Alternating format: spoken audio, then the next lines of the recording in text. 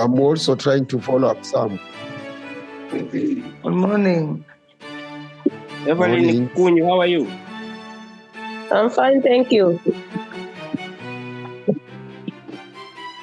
I'm good. Good morning.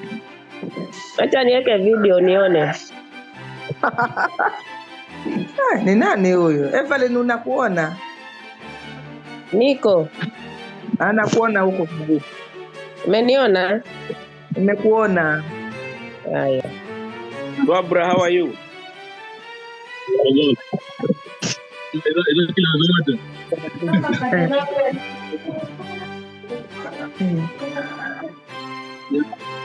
Ngoja kuchanganya jamani.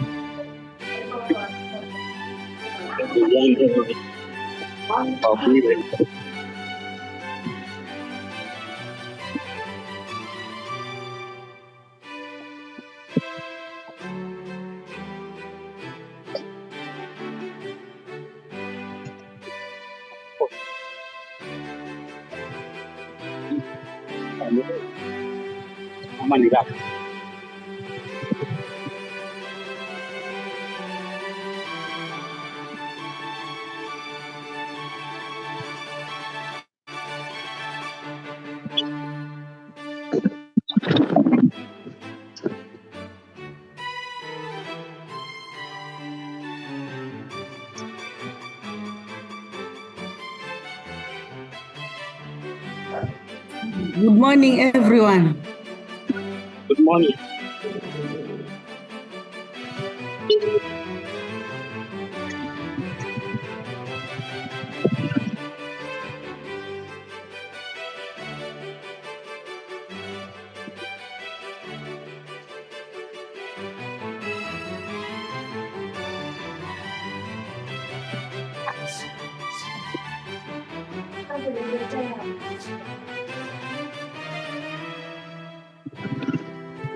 Where Nyawa? Nyawa? Yes. Morning. Good morning, Bwana Nyawa. Good morning. How are you?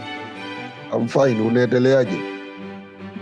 Nashukuru, sahihi hali yangu inaendelea kuimarika. Yes. Tumshukuru Mwenyezi Mungu. Sasa hapo Minazini unafanya nini na kofia yako? Nilikuwa niko kwa njia ndo nafika nyumbani. Ndio niko kwa njia hivi, nilikuwa nimetoka zangu Rabai. Okay. Ndio niko kwa njia, lakini nikaona niingie meeting kabisa nikifika nyumbani ni settle niendelee na meeting. Haya, ni sawa. All the best. Okay.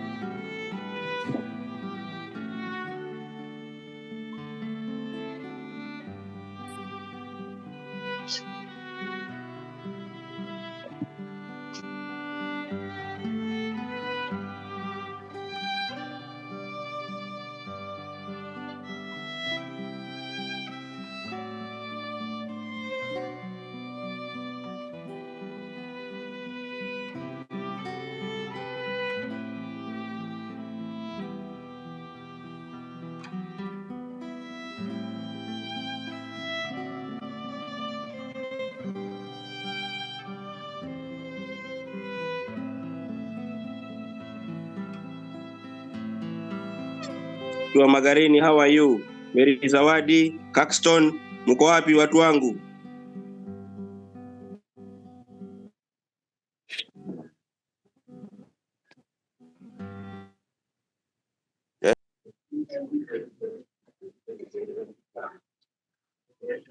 Good morning, Team KILIFI. Good morning, Mr. Pesilo. Yes. Good morning. Good morning. Thank you, Good morning. team. So we are around 41 of us in the room. And then we have been joined by 5 colleagues also from KEMI.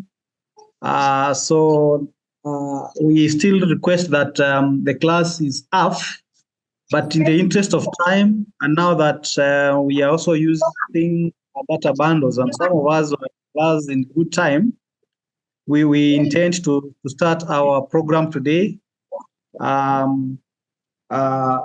Over this weekend, we shall be having our closure session with Antonius, and therefore, from our end, we will be joined by a team of 5.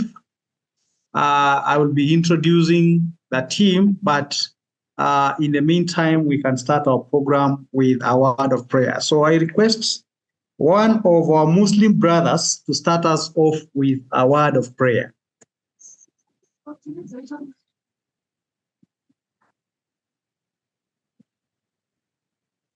You can raise up your hand.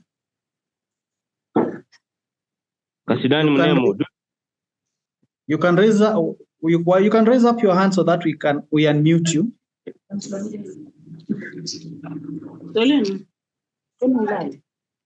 One of our Muslim brothers to start us off. Kasidan Salim, you have always prayed for us. I suggest you do it. Kasidan Salim, is that okay? Okay. Al-Fatiha. Amen. Bismillahir Rahmanir Rahim. Alhamdulillahi Rabbil Alamin. Ar-Rahmanir Rahim. Malik Yawmiddin. Iyyaka na'budu wa iyyaka nasta'in. Ihdina as-siratal mustaqim. Siratal ladzina an'amta 'alaihim ghairil maghdubi 'alaihim waladdallin. Amen. We are done. Thank you, our brother Kasidan, for leading us in a word of prayer. We appreciate, and even as we prepare to start, we are requesting that we also contact our colleagues so that they can join us. We are around 35 now in the class. So we, through the president and even in our group, you can still try to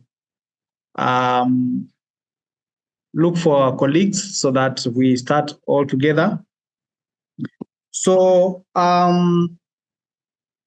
this morning, we are joined by my colleagues who will steer the program together to the end.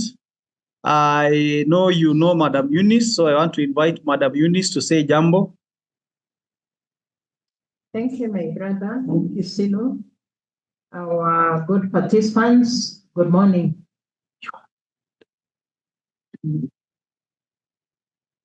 I'm happy to be with you as usual, and I'm looking forward to a good learning session, and I'm impressed. Karibuni. Thank you, Madam Eunice, for that. Madam Eunice has been with us all from the start, from the first session, the second one, and now this last online asynchronous session.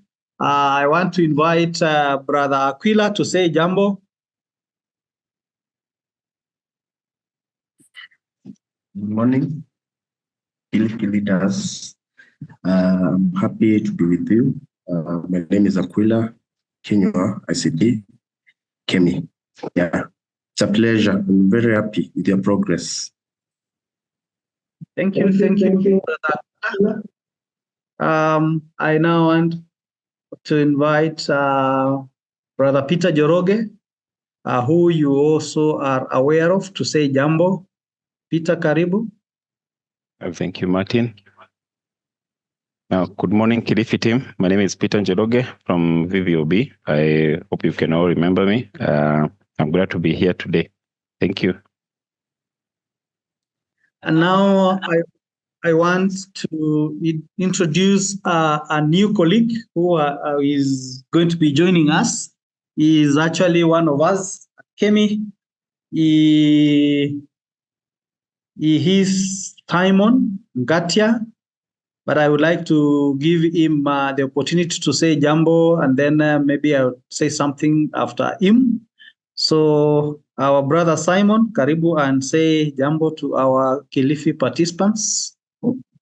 Yes, good morning, participants from KILIFI and my fellow facilitators. I'm so glad to be with you. I'm so glad that I've traveled to Kilifi virtually, and we look forward to a very engaging session today and tomorrow as we review the content that we had in our last meeting. Thank you. Thank you.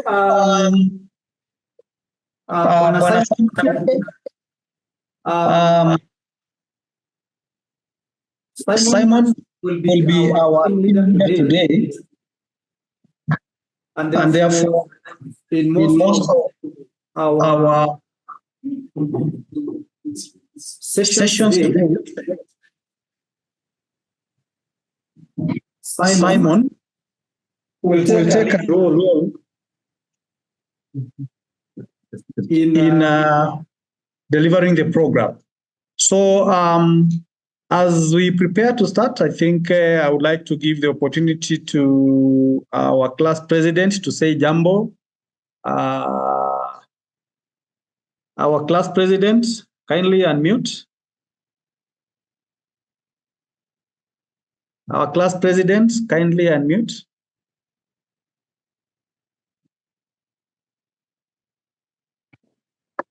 Good morning, colleagues. Good morning.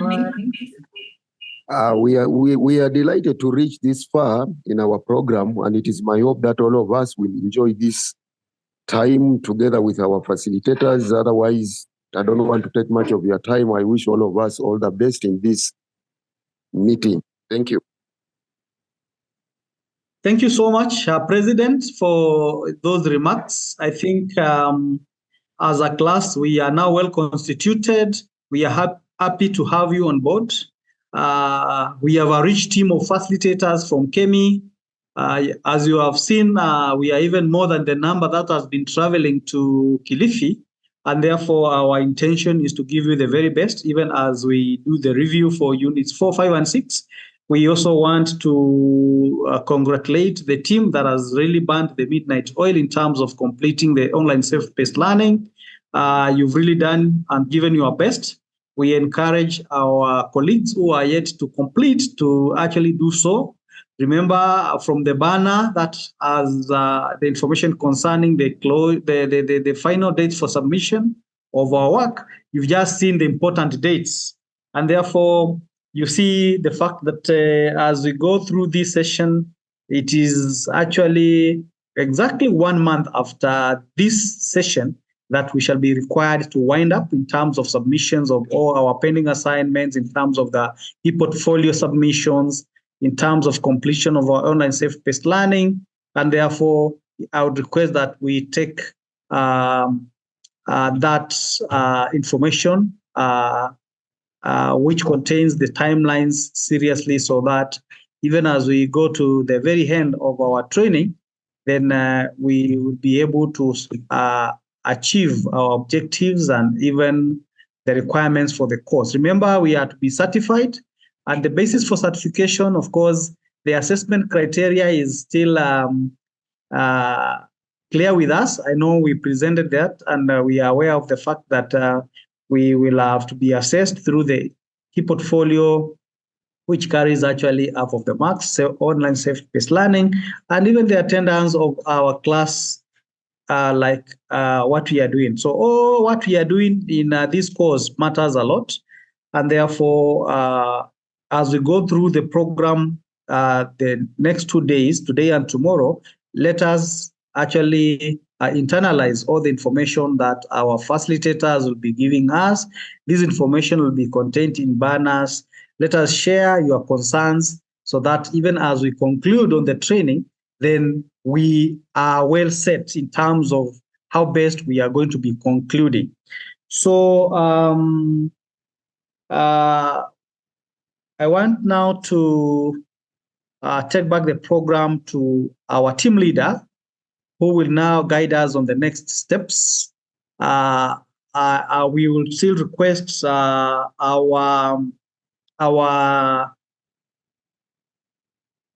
mobilizer for the team to still continue trying to get to know where our colleagues are. I know you've always played a very active role.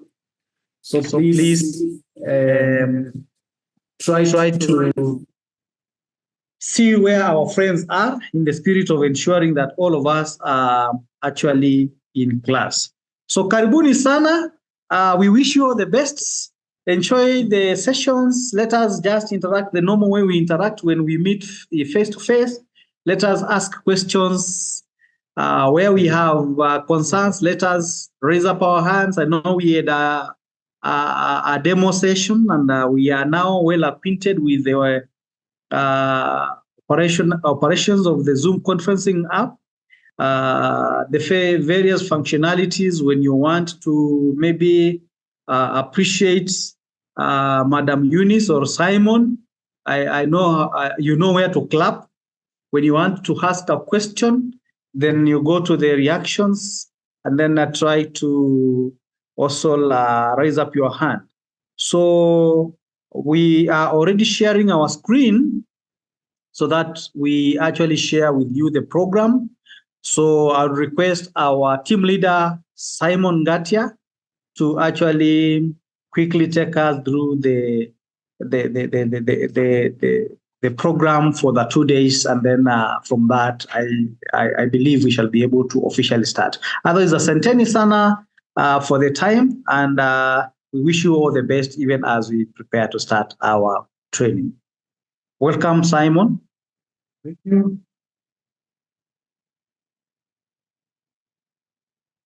Thank you, Mr. Kisilo. Thank you for even letting me feel very much at home, though I've not been with this group. Ladies and gentlemen, colleagues, thank you for attending this session. I just want to give us a preview of what we are expecting to encounter in the course of the 2 days sessions. On the screen, we have our program, the program for the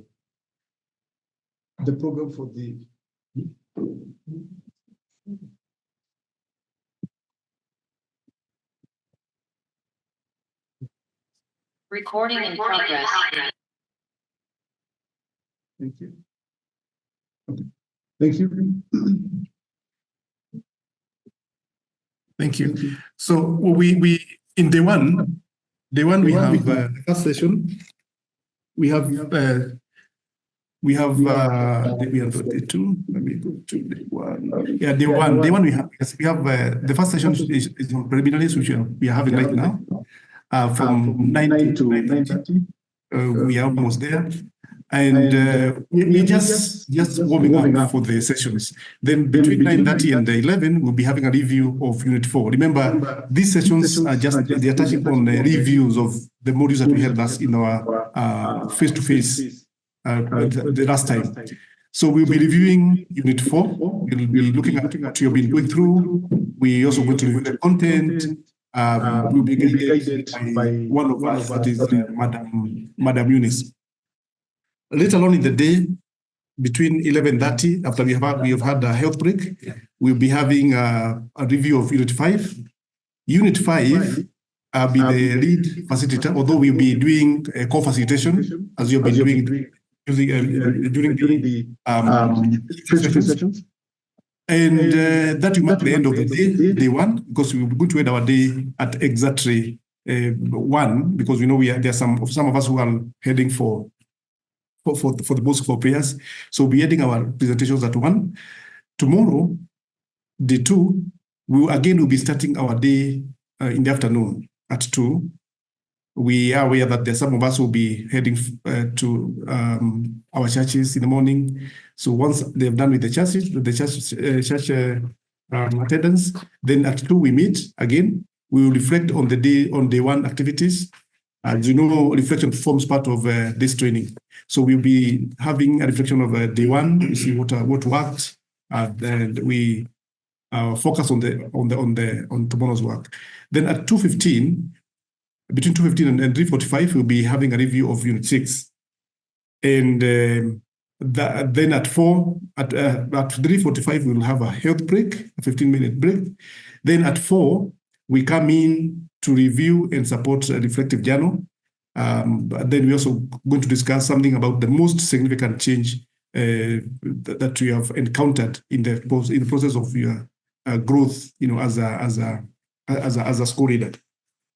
So then between 4:30 and 5:30, we'll be having a closing ceremony. We'll have some speeches from our leaders in this space.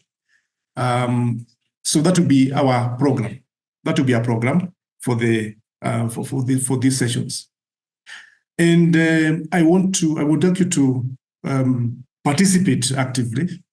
We want to active participation because there's a review. Already we have covered the content of these sessions. So we want to hear your experiences. We want to hear how you have grown in the process of, in terms of this unit that we are having in this session of our training.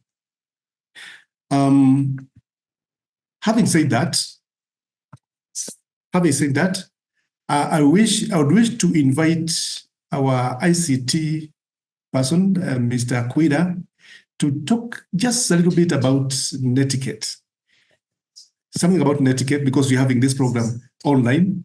Aquila, we talk about netiquette in brief, and then we'll resume our session. Aquila?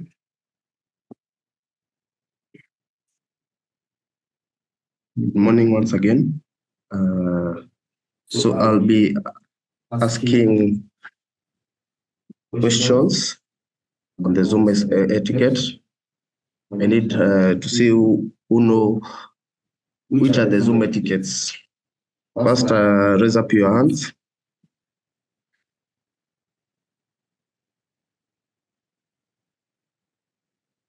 Let's start with somebody. Mr. Joram.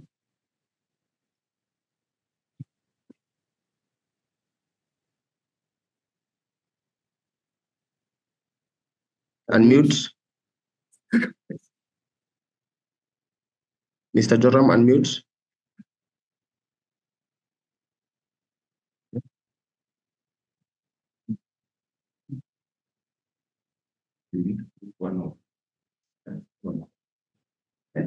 Mr. Julian.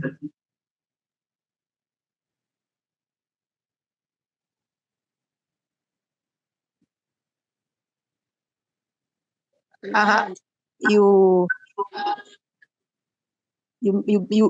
be dressed properly. Properly. Mr. Joram now. When talking, you are supposed to raise, if you want to contribute, you are supposed to raise up your hand. Then Evelyn.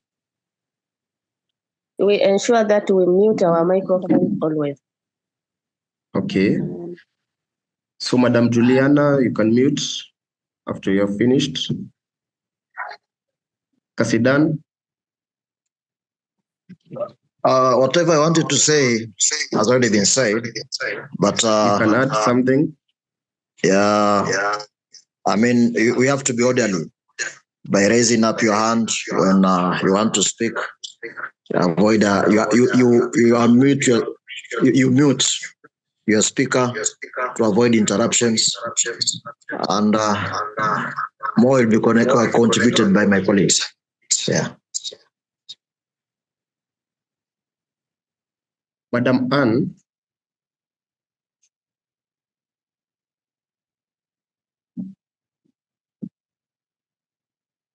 Madam Anne. Unmute.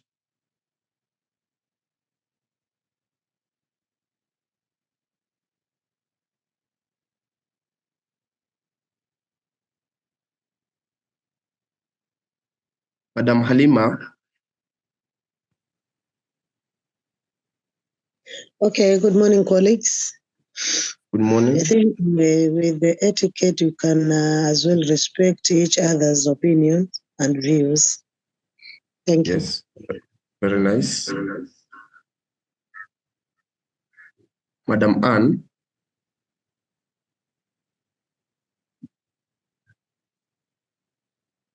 Make sure you are at a silent place.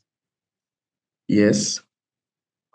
So we can also lower our hands after answering the question. I'm seeing still Mr. Kasidan hand is up and Mr. Madam Juliana. Now, we can proceed to the next process. Thank you, Mr. Aquila, our team leader, Ms. Sangatia, and participants who have joined later. Karibuni sana. Allow me to share my screen so that we can begin our presentation. I want to believe we are all able to see what I have shared.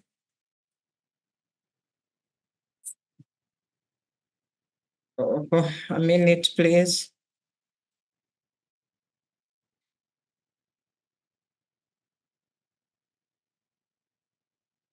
And just like we have communicated,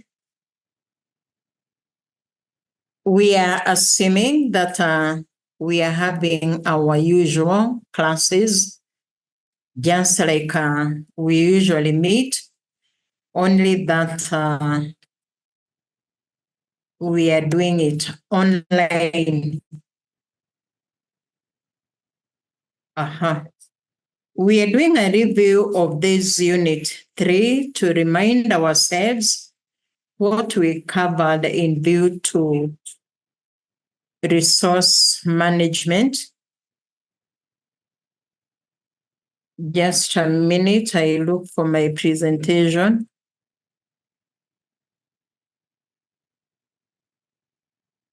And in the meantime, kindly let us have, it has been mentioned that we will be communicating via 2 channels, either raising up our hands or even via the chat box. And as we set our stage, kindly via the chat box, let me see your feelings.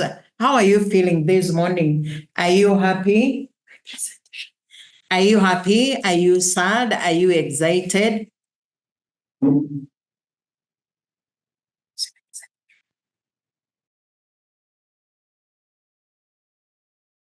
And write something in view to your feelings this morning. Are you happy? Are you sad?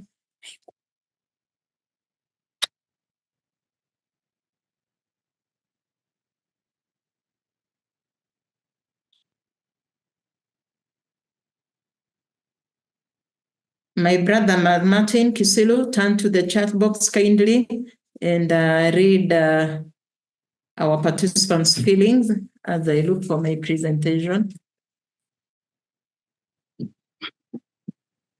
Yes. From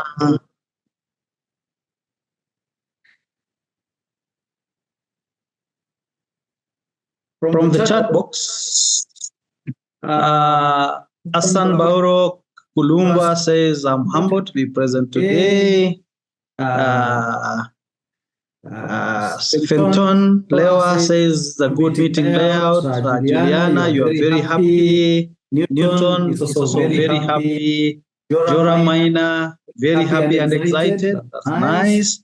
We have also Msida Kibumi tells all of us that he's very happy and excited at the same time.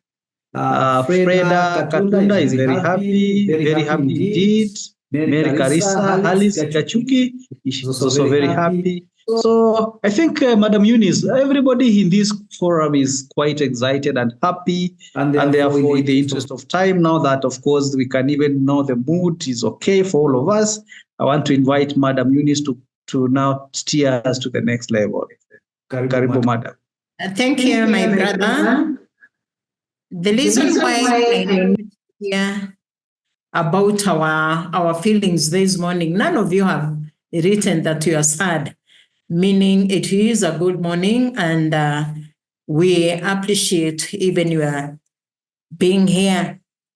I want to sincerely begin by saying I'm the happiest because I was getting worried when I was reading our chat box.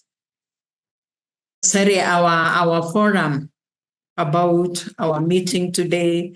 Others were very anxious, wanting to know whether there'd be health break, etc. And personally, as I said earlier, I don't take it for granted. To rise up in the morning, it's by the grace of God. In our last session, you all remember we went through effective resource management unit, where we were able to remind ourselves in view to prudent utilization of resources in our schools, how we ought to behave. And the outline for this unit, we are beginning by a brief introduction. After that, we'll be able to undertake an activity in view to accounting documents and the records. We shall have another activity where we will do it in our breakout rooms, and I'm sure we were all able to attend our rehearsals, our mocks, and we are aware what we are expected to do. From there, we will do a quick review of our extended learning activity. Remember, the reason why we are reviewing, it's to remind ourselves the expectation. And I know Aquila has not been sleeping, assisting you day and night.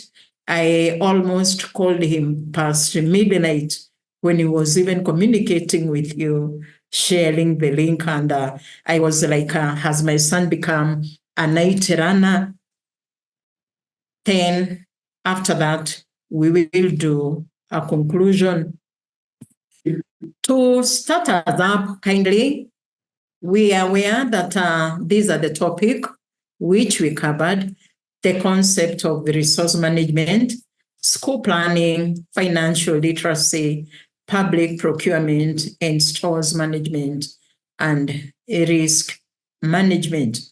And we're asking ourselves, now that schools have opened, what are you planning in view to utilization of the capitation? I'm sure most of you have visited your banks. You are even aware how much you are worth as you begin to plan. We are equally reminding ourselves, just like we said last time, that when you fail to plan, you are planning to fail. So kindly ensure you plan on time so that you'll be able to spend your resources prudently, avoiding wastage, adhering to your budgeting. We also covered a school planning session where we were able to go through our 3 planning issues that are very key. Kindly in our chat box, let us remind ourselves which are the 3 sets of school planning that are very key for you as a school leader. Which are these forms? Get to the chat box and write something.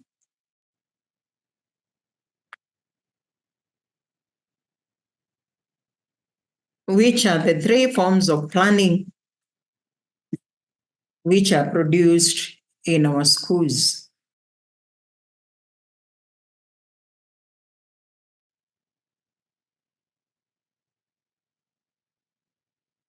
Which are the 3 forms of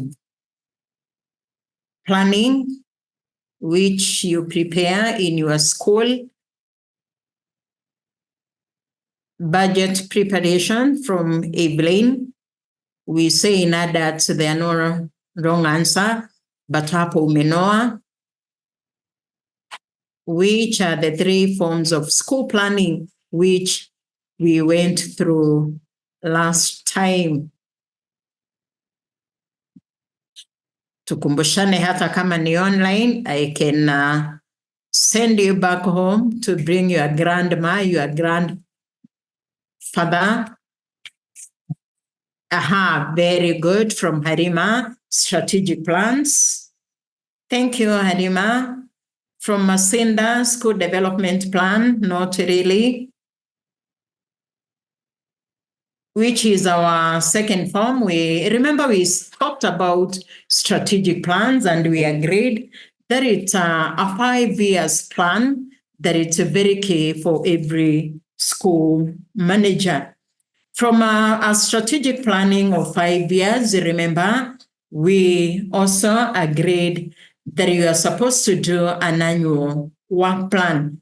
And you do remember that an annual work plan, again, is lifted from our strategic planning, because you want to ask yourself, where are you driving your school to? Which are your school visions? Which are your goals?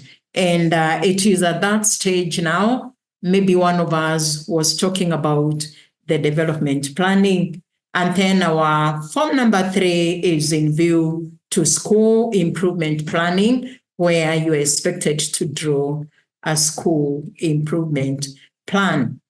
We have an area on financial literacy, which is very key, an area on public procurement and stores management, and finally, we have risk management.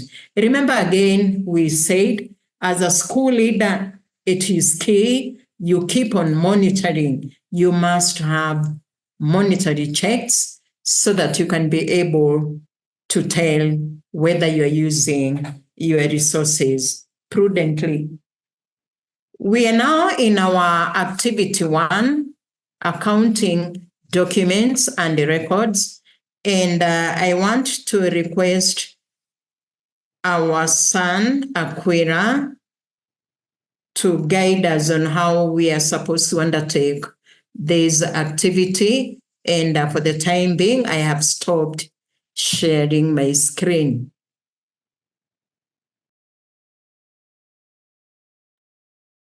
So I'll open the Slido for the activity. Identify the accounting documents and records used by school leaders in their day-to-day operations.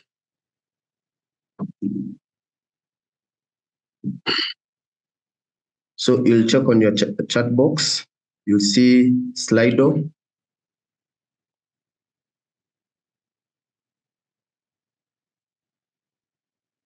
Let me share.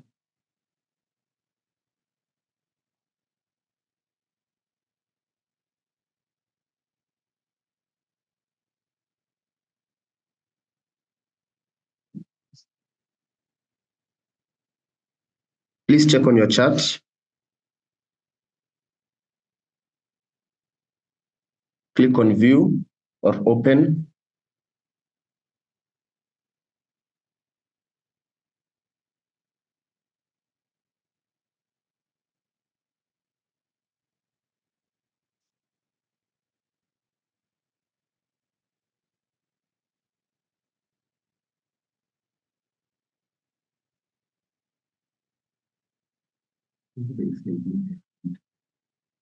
Madam Naomi, please check your chat box. Or maybe you have a question. Unmute.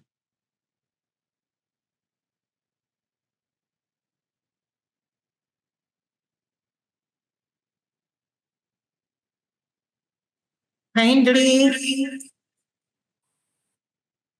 Naomi, weka mkono chini.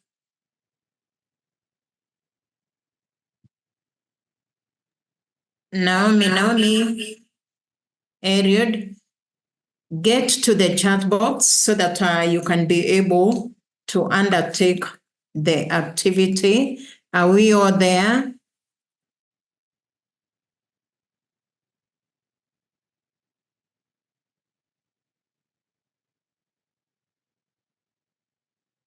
Once you get to the Slido,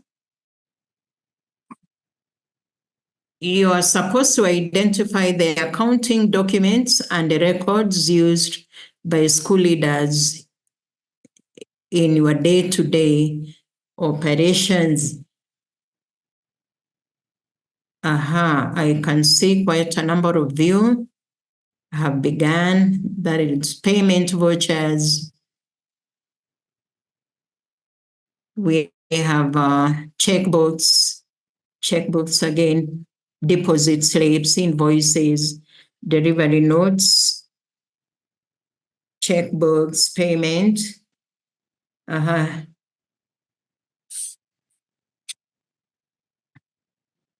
We are 44 of us in the room, so I'm expecting more than 40 answers because you are supposed to identify a number of payment documents that you use in your day-to-day operation.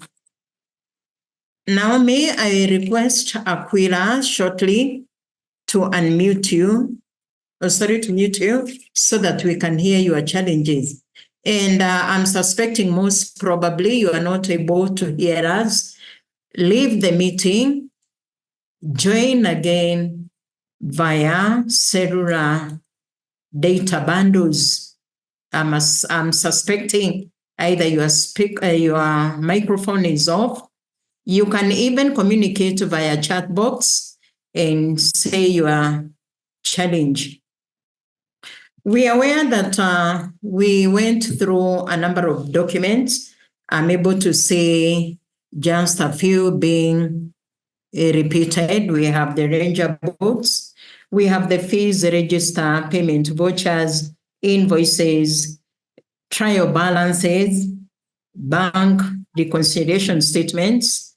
We have the payroll. We have the general rangers, etc. Those are the documents which I want to believe we all keep in our schools. Thank you very much.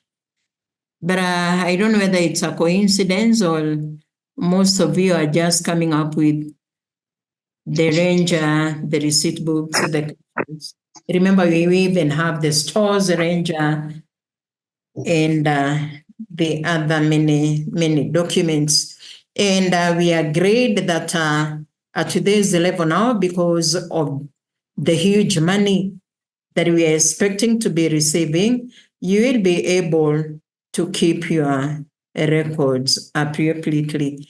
Aquila, thank you for taking us through that session.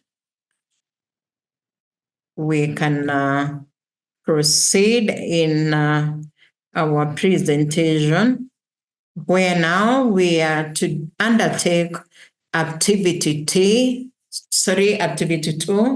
on procurement and risk management. And as Aquila sets the stage, remember you are supposed to go to your group, and once you get there, because we don't have much time, appoint a leader and begin your discussion immediately. You appoint the chair and the secretary.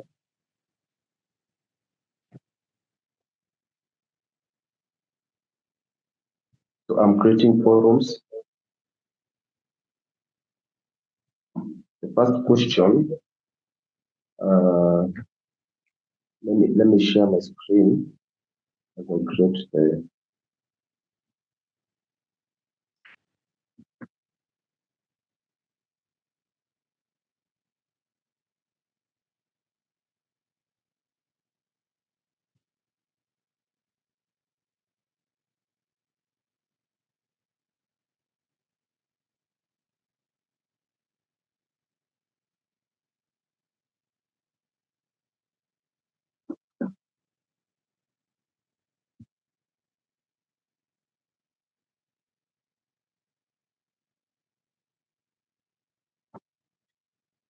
So there'll be,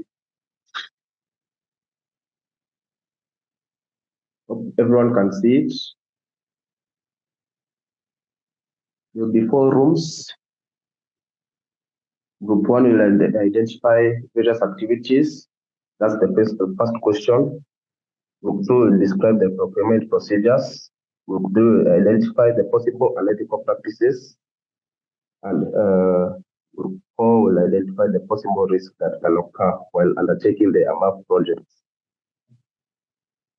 So let me put you into the forums. I hope everyone will you choose the chairman and the secretary.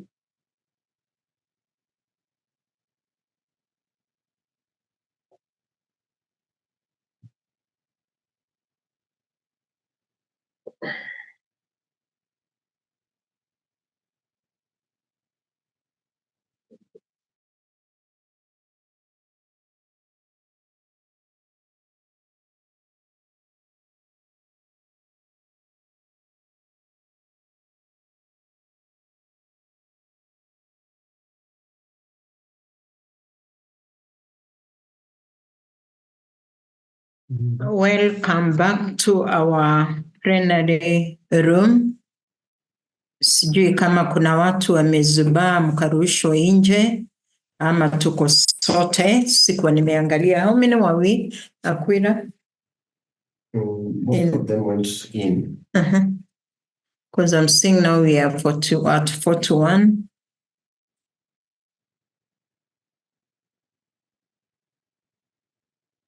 You are at 46. Team leaders, kindly raise up your hands.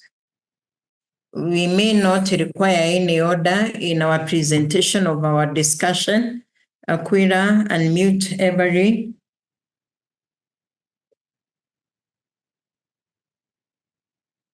How many minutes are we giving them for presentation per group?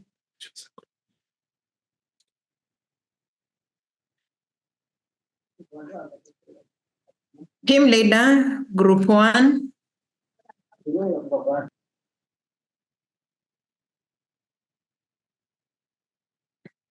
Team leader, group 1.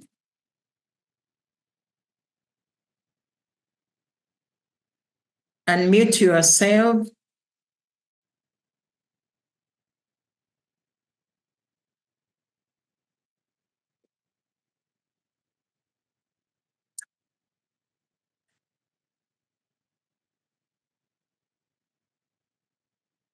Unmute Halima Munyi, Juliana Mwangoma, Rosaline.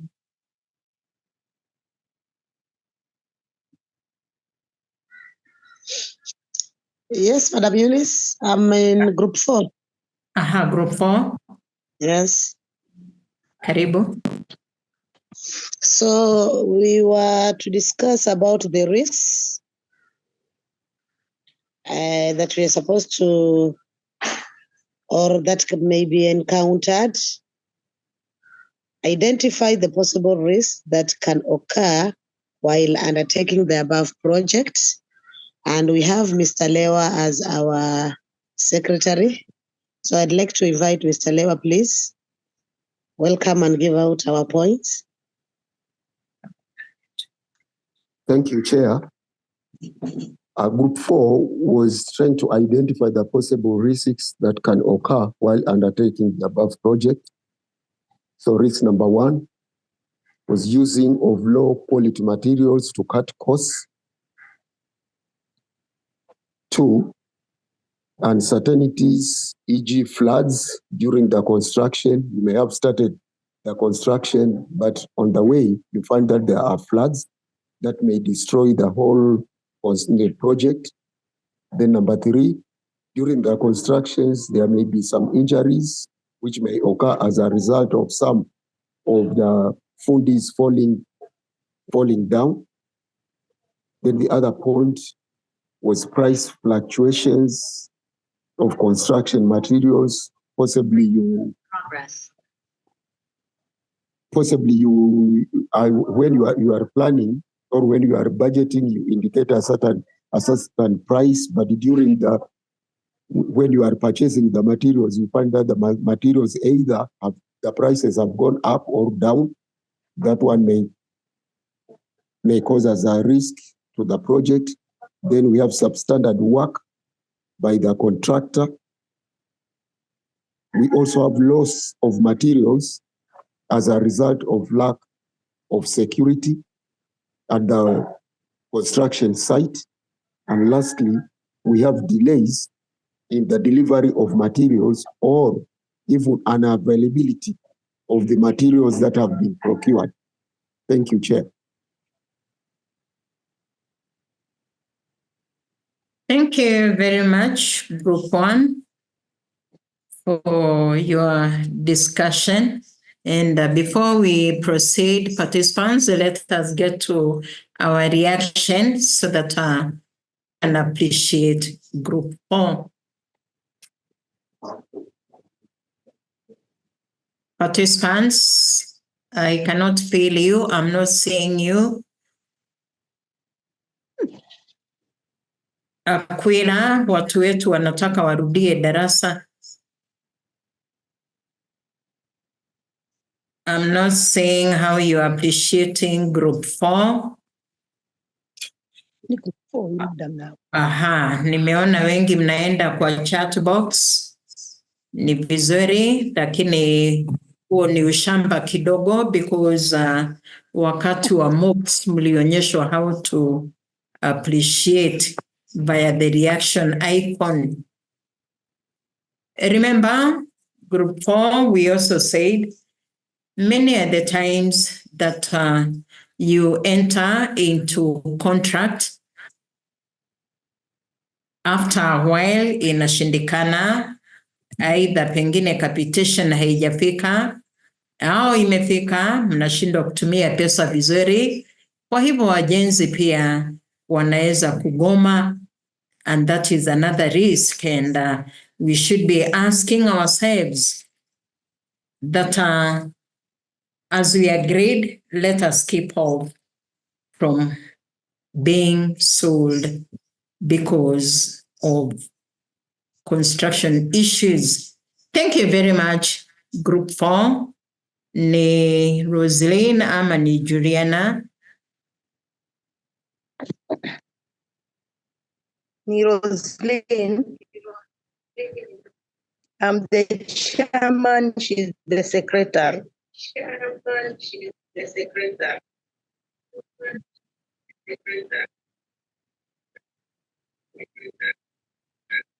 Kindly proceed.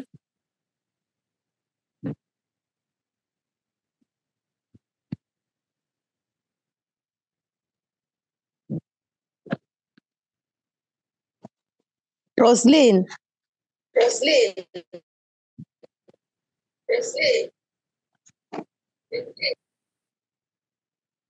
Ready? I'm ready for the presentation for Group 2. Our question was describe the procurement procedure that a school leader shall explore in undertaking the above project. First, we say that the school leader is supposed to ensure that everyone is aware of the project that is going to take place in the school, including the teachers, the learners, the parents, and the community at large. And then we say that we are supposed to make the procurement plan with the community, with the members, the BOM members. And then there's the appointment of the procurement committee. And then after the appointment of the procurement committee, we are supposed to identify the site where the project is going to take place. And then after the identification of the site, and this identification of the site is to be done by all members. That is the members of the committee.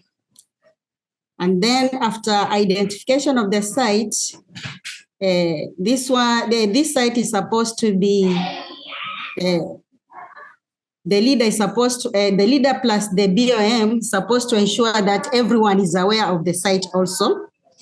And then from there, we form the tender committee.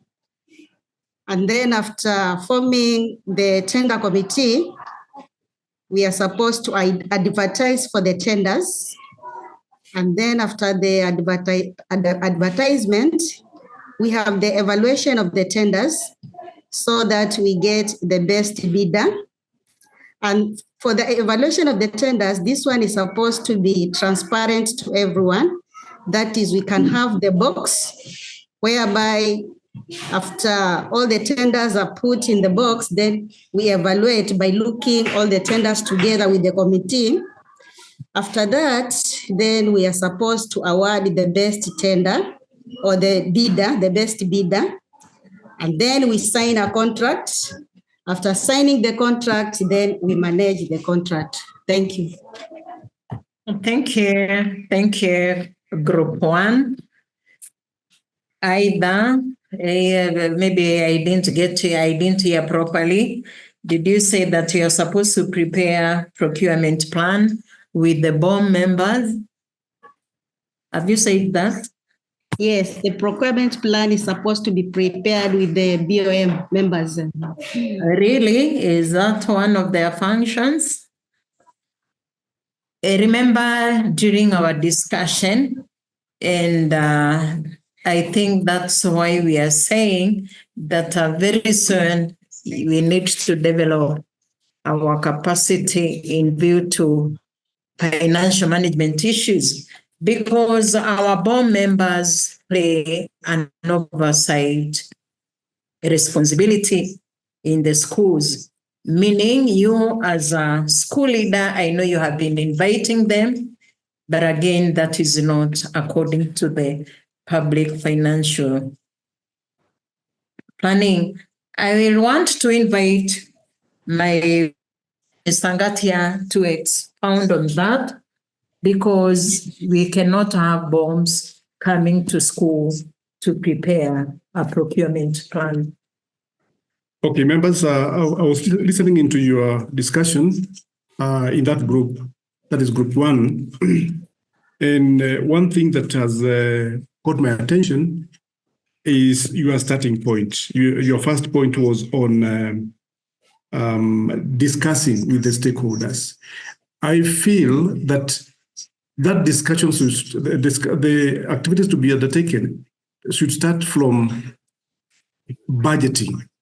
Because as we discussed that last time, you cannot undertake, you cannot purport to be undertaking activities that are not budgeted for. So I believe that before you even think about procurement planning, there must be a budgeting. Then there's the issue of procurement planning. Remember, procurement planning, all these emanate from strategic planning. You start with strategic planning, which we should say is long term. From the strategic planning, you extract the annual plans. From the annual plans, then you extract the activities to be undertaken. And now, after you've identified the activities, that is what now you start. You start procurement planning, and this is done by. It is a process that is led by the head of the institution. The work of the BOM is just to oversight, to receive the plans, strategic plan, procurement plan, and ratify those documents. And then after ratification, then they are forwarded to the relevant offices for approval. So that is basically where we need to start from. And that is the beauty of this review, because we are able to streamline what you have learned and operationalize what you have learned in new life situation. You've talked about a committee, formation of the committee, and this is done by the head of the institution. And remember, this committee does not comprise of the BOM members. It comprises of employees of the institution, the teachers, and the non-technical staff within the school. So basically, that is what I would like to say in as far as that response is concerned. It's a very critical issue that we need to have a lot of clarity on. Asante. Thank you, Mr. Ngatia. I hope members now we are clear on that the school head of institution supposed to appoint that very key committee. And remember again, as we agreed, you will be now delegating your duties so that you will not be overburdened. Participants, let us appreciate Group 1 members And just in case you have any contribution, you have a question that you'd want to draw ahead, remember we are communicating via chat box, and you can as well raise up your hand. Aquila, our participants need to repeat near because they are not able to appreciate via the reaction icon, either they have forgotten. Thank you. I have seen a number of you have appreciated Group 1 members. Group 2, all 3, Mary Carissa. That was Group 2. That was Group 2. Aquila, unmute Mary Carissa or even Evelyn.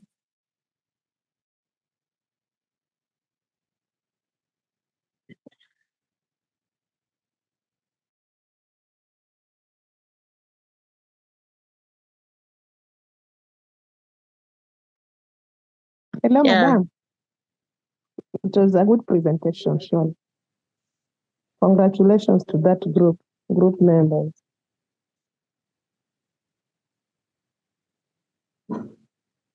Group 3. Group 3.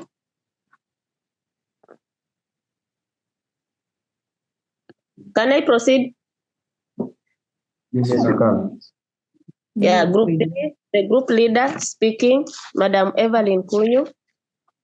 We were handling question number 3, identify the possible unethical practices that can likely occur while undertaking the project. So I'm going to usher in our secretary, who is Joram Maina, to take us through. Joram Maina, please.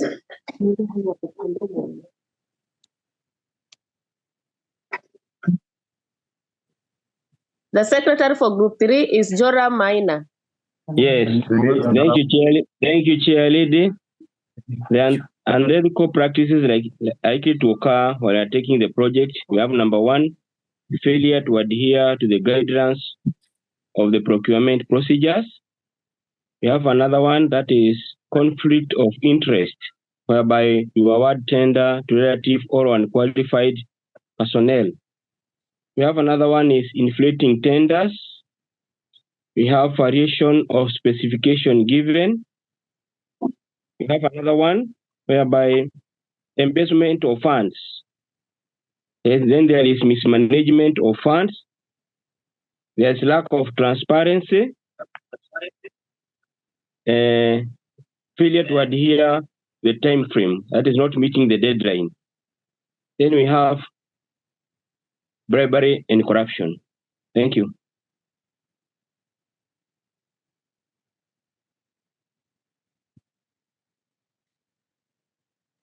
I'm through, Madam Eunice.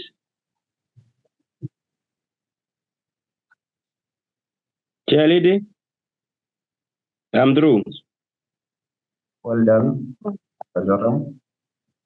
Okay, maybe I need to ask Joram. Yes, sir. What's the difference between embezzlement and mismanagement of funds? As you are discussing, what difference came? Embezzlement of funds is where you take money and use it for the personal. That is, you are not doing what is supposed to be done.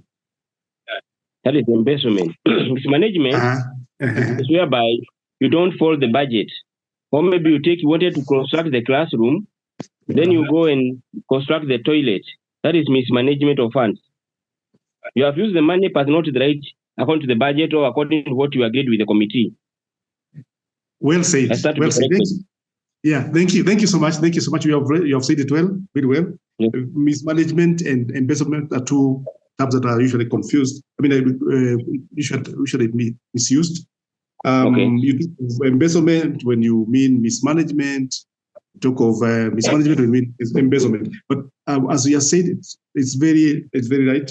Mismanagement is where you have used the monies for what is intended for, but then in the wrong way, in the wrong manner. Embezzlement is where the money is lost. It's used for the wrong purpose. It ends up in the individual pockets. That's embezzlement. I like your discussion. It was it's a very good discussion, and I hope you're able to draw examples from your discussions.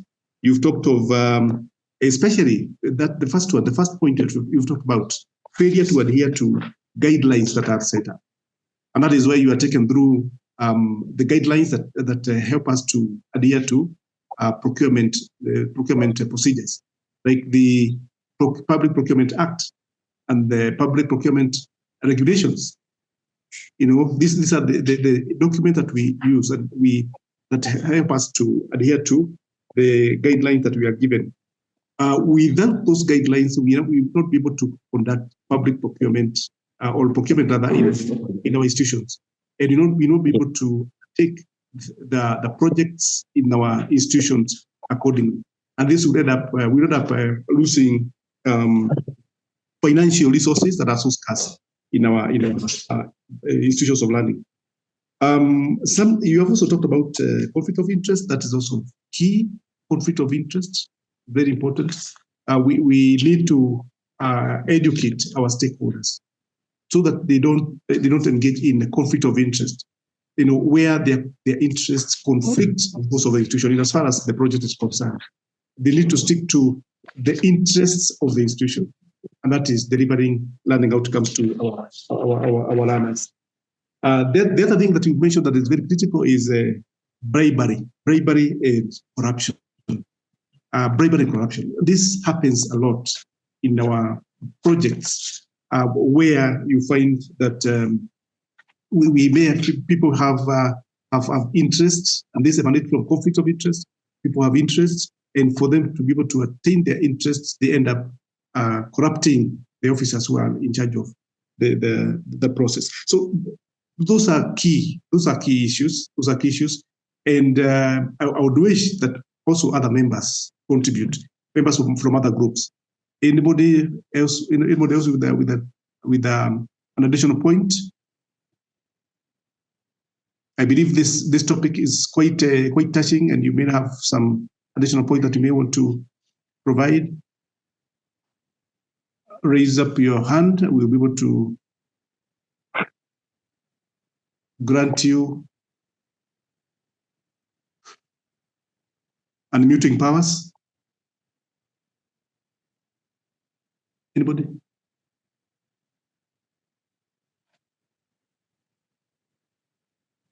I'm just wondering quietly whether we can have an possible unethical practices from our contractors.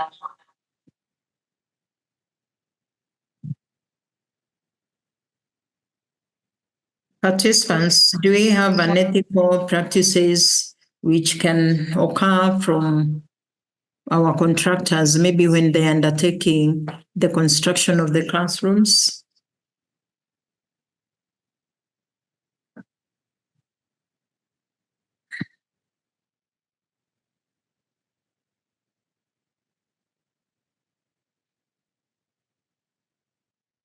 No contribution?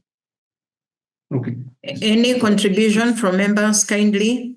Yes, Joram Maina, proceed, and you can proceed. Maybe to add, we have safe cases. A contractor comes, he starts the work, then he disappears.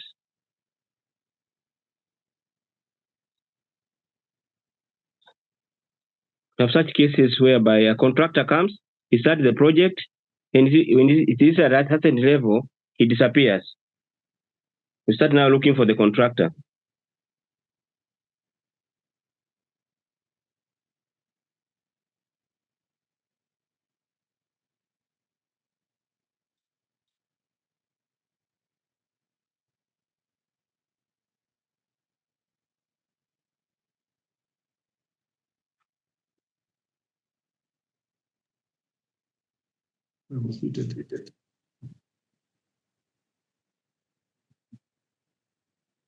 That is very common.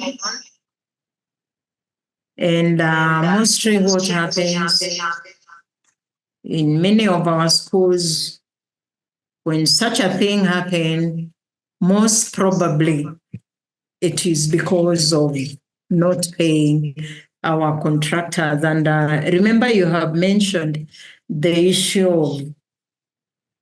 of signing agreements. I don't know whether I have heard it here, that even before the contractor commences their work, you must ensure that you have agreed on issues to do with when you will be paying them. Likewise, remember we agreed that when we start doing our classrooms, as much as possible, let us avoid paying in cash, because it can be very risky, where you are being escorted by the chairman of the board to the bank, you are withdrawing money, she is there demanding for kitu kidogo, and at the end of it all, you as a person, you're also tempted. So we agreed as much as possible, let us avoid any payment in cash in our schools, because again, we also need to develop and keep our records. Participants, let us appreciate that group. I think they have met our expectations. You can either have Simon Gatia. Thank you for appreciating them via the reaction. I'm in the chat box. None of us is commenting anything. Jora Maina, umeji appreciate that it's in order. Group 1, who is your team leader? Group 1, I know you took much time before deciding who is to be your leader. Eventually, who is taking us through your discussion?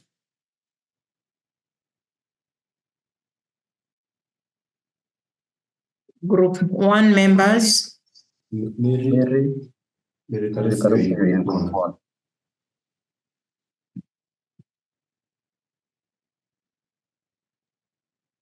Lueti.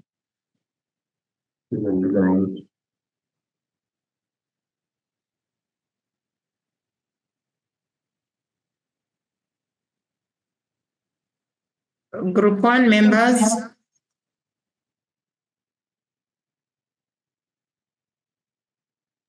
Madam Lily, you're part of group 1.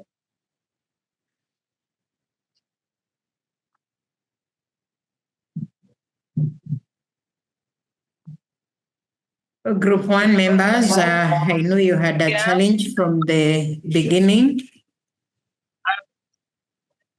Eridia, Uchi. Yeah.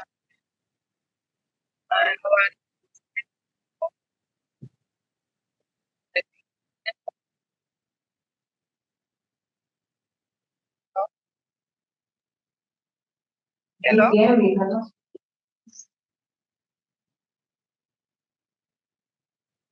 Mary, you're part of one also. Karusi.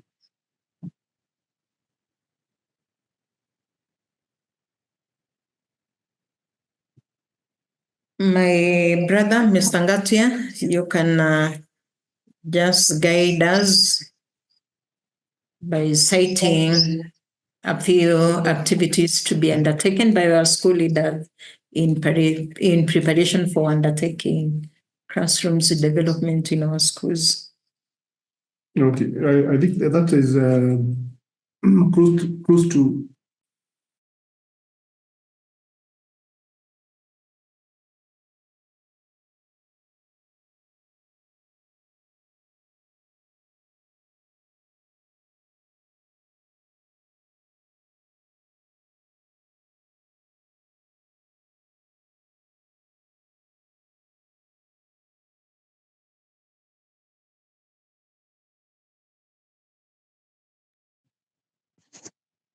As I was saying, sorry, I was not, my mic was unmuted, was muted rather. As I was saying, as we prepare for projects, we need to first incorporate those projects in our plan, because projects should not be taken in an ad hoc manner. We need to prepare for them so that we even allocate resources for those activities, for those projects. So first and foremost, the project should be part of the strategic plan. Remember, a strategic plan is not written; it's not cast on stone. You can review it once a project is identified, and it is ascertained that it is a requirement for the institution. So you can redo the strategic plan, incorporate the project, and then you go ahead and prepare budgets as you do your yearly plan and budgeting. Incorporate the project in that planning process, and then eventually you incorporate that project within the procurement plan, as we have mentioned. And at the same time, you also need to ensure that the stakeholders are part of the process, because, as you're aware, it's a constitutional requirement that we must have the stakeholders' engagement. They must be engaged with the activities of the institution. Apart from that, we also have to ensure that there is the site of the project is identified, and this can be done by the institution and the board, so that they can ensure that the planning of the institution, the physical planning of the institution, is taken care of. I want to emphasize the fact that we need to have site plan, so that whenever a project comes up, then this project can just be incorporated within the site plan. That is why you find some schools have structures scattered all over, because they don't have a site plan that they can engage with, that they can use to establish their institution. So having a site plan is one of the activities that need to be carried out, so that when you propose a physical structure to be constructed, then definitely this is where it's going to be located. Otherwise, my colleague Eunice, may proceed. Thank you, Mr. Gabriel. I don't know what to say about our group one participants. I may not say that they are below expectation. I can maybe just say, although none of them have spoken, they are approaching expectation. Why? Because I was in that group and I heard them discuss. And maybe because of group dynamics, that's why none of them have spoken.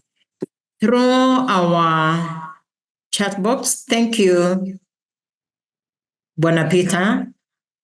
He has summarized for us all the points. And I also want to believe that Aquila will share in our WhatsApp forum, so that we can keep on reminding ourselves. Remember, as human beings, many times we forget, and it is good we keep on reminding ourselves by reading.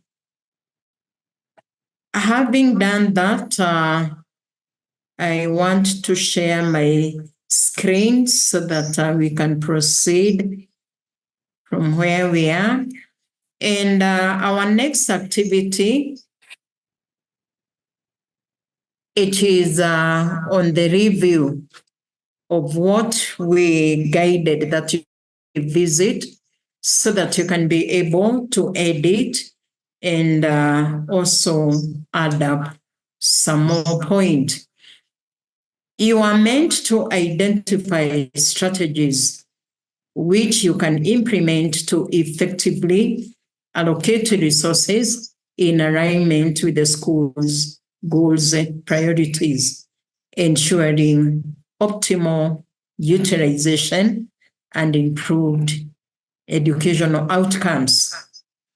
And we were expecting you to write down the strategies, take a picture, and then upload the picture as artifacts in the section provided at the end of Unit 4. We have been speaking much. I would request to hear from you whether you are thinking that you have done the right thing, and if you haven't done so, what are you supposed to do? I will request either Peter or Aquila now to be very key to check whether we have any participant raising up the hand so that you can give them an opportunity to share their experiences. Likewise, you can also do that via the chat box. Mr. Ngati.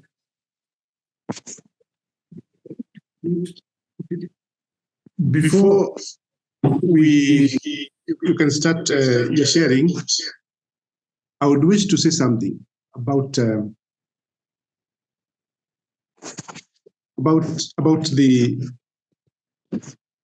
extended activity.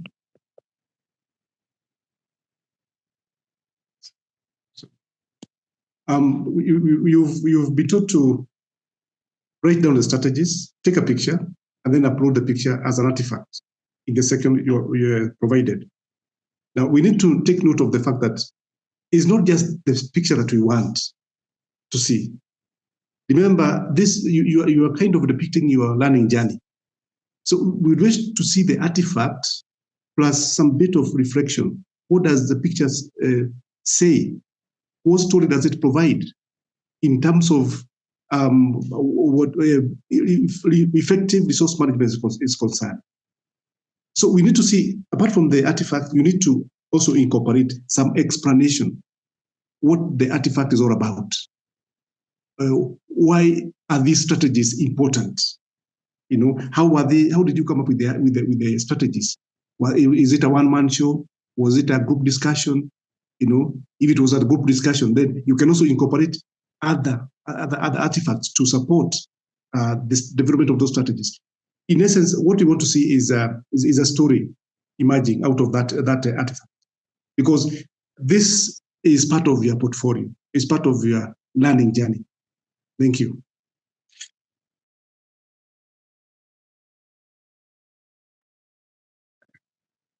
I also want to invite Mr. Aquila and also Peter to say something in view of what our participants have submitted.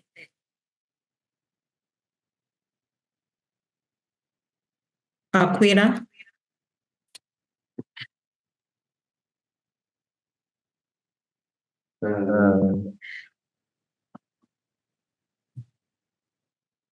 So I've seen most of your submissions, and most of you are requesting to go and resubmit, especially the first 3 units. But from 4, I've been seeing you've been filled your e-portfolios. Maybe I can just So thank you so much, Tim, for the discussion. And at this point, I just would like to add some weight of what Mr. Ngatia has hinted about. We would like at this point, remember, now we are coming to the very tail end of our course. And most importantly, is the fact that we will be assessing you for actually various parameters, and therefore mine is to still point out the fact that we need to see reflections for the artifacts that you are presenting in your e-portfolio, because that is the only way we'll be able to see the relationship between the knowledge that we've been giving you and maybe the kind of artifact that you are trying to showcase. And that is the reason why Simon is talking about the idea here is not about uploading the artifact. The fact that we have just unpacked the artifact to be a picture and we have given you instructions on where we expect it to be. But then, most importantly, I want to refer you to the assessment framework for this course. In your extended learning activities, I would like you to take a lot of concern on matters e-portfolio. And I want to remind you that the e-portfolio actually takes the chunk of, or the highest weight in the assessment for this course. So I would like you to take a lot of time in terms of reviewing your extended learning activities and trying to bring out the elements that we require. And when you identify what you'd like to do, can we see the relationship between the artifact and the kind of idea or concept that you are bringing out by way of reflecting on that same artifact? So to guide us so well in this one, kindly let us make constant reference in all the units, Unit 1 up to Unit 6, let us make constant reference to the assessment framework so that we can submit quality work and work that relates to actually what we've been taken through. Maybe I would, just like Madam Eunice has pointed out, it is good that we get to hear the reactions from the plenary. So, Madam Eunice. Thank you, my colleagues, for your contribution. I now want to open. We would want to hear from you, having heard that a number of your submissions are not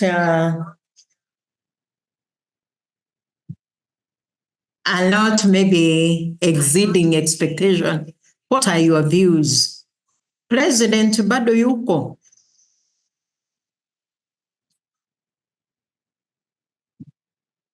Watu wamenyamaziana sana. I don't know, any challenges?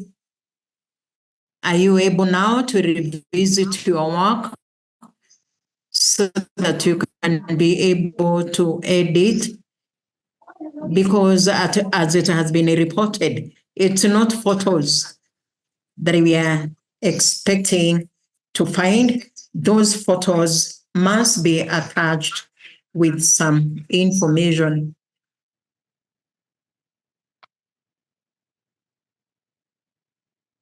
Do we have somebody who would want to say something in view to this activity, the e-portfolio development? Do you still have some challenges?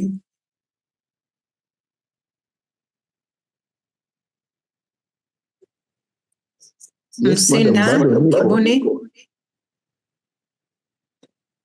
Madam Eunice. Yeah, President. Ulienda wapi? Uko tu bado? Mimi niko, and I'm seeing that this the extended learning activities, currently what we are doing, nafikiri inatusaidia zaidi kujua how we can even edit our submissions, because I also still feel ya kwamba there is a possibility that we may not have been doing the right thing. But what you have currently told us, naona kana kwamba there is need that we go back to our e-portfolios and see how we really did in answering those activities that were given there.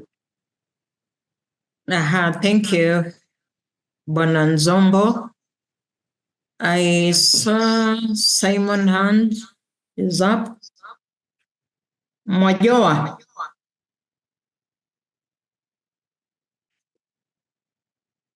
Mwajoa. Unmute yourself.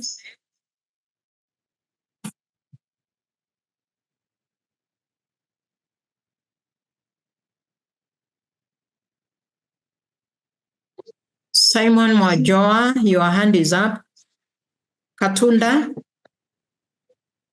Yes, morning. Good morning. Yes, I support your idea that we go back to the e-portfolio part where we do the activities, please. Thank you. Someone else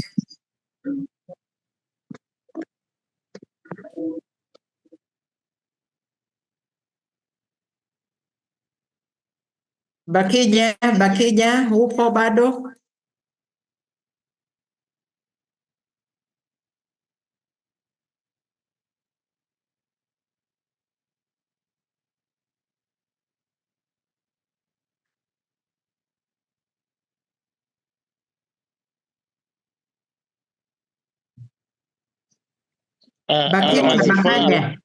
Bakaja, bwana. Yeah, what is your input? As we said initially, maybe we didn't get the concept on how to prepare the e-portfolio, but with the second meeting we had in Kilifi, we understood how to do it. That is why we didn't even know to open the first one, as Mr. Dani was telling us, because I know it was something which was not good, like Mr. Peter wanted, he was telling us, and Aquila. So what we are saying, given time, we are going to review them and maybe do something better, because I understand 50% of the work, 50% will be from e-portfolio. So we go back to it, Madam. Thank you. So participants, we are now guided. You can even revisit, even if you are sure you did the right thing. And remember, anytime when you are prodding, remember to save so that you can be able to submit. So far, so good. We have come to the end of our first presentation on our review of Unit 4. And we are humbly reminding ourselves that keeping records is very key. And that is one way of showing transparency and accountability in all expenditures in your school. So feel encouraged.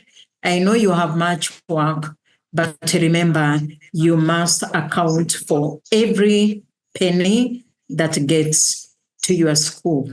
We are now breaking.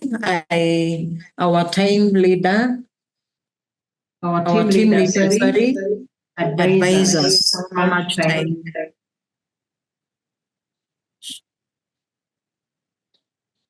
Should we take a break? Simon? Okay. Is that 10? We are at 10:55. 10:55. So I believe we can take half an hour. We're supposed to come back. According to the program, we're supposed to come back at 11. Let's take the shortest time possible. We'll be on our platform by 10:45. 10:55. No? 11? Oh, we are at 11. Oh, yeah. Thank you. At 11:30, yeah. 11:30. Be on the platform by 11:25 so that we can start off the program on time. Thank you so much. And thank you for the participation. See you then. Enjoy your cup of tea. Only air burgers. Thank you. Let us meet. Joram, I can say back on.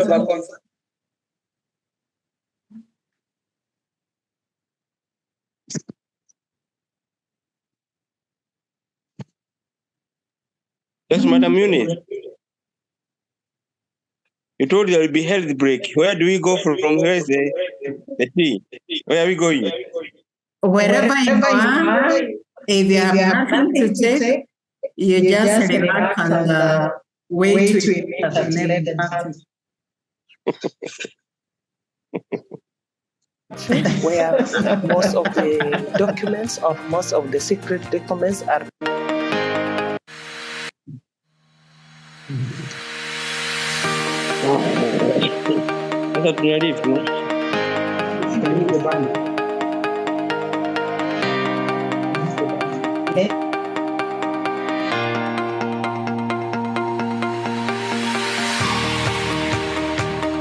As you see, most of the managers were advanced in age. So we are trying to catch up with the technology, and we have really tried. So when it comes to learning also, there are applications that we are going to use. There is a way we are going to navigate now to get to our modules.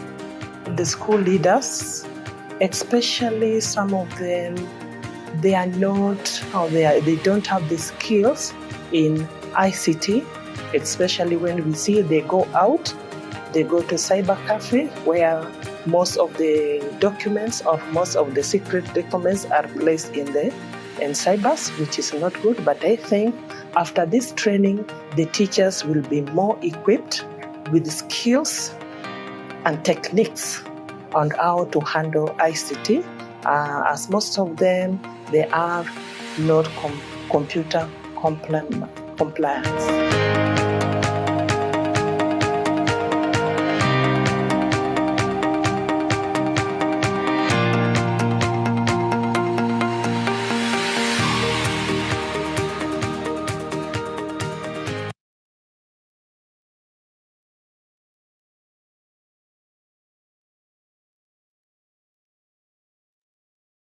You can unmute.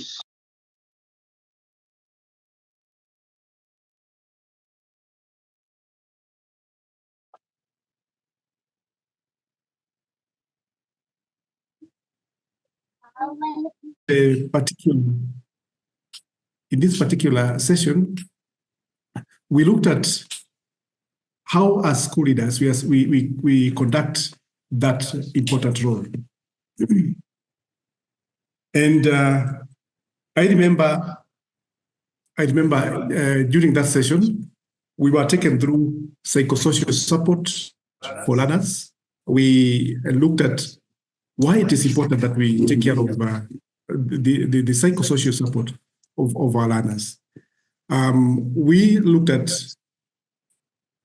why these learners need to be taken care of in terms of their mental disposition, in terms of their welfare when they're in our school.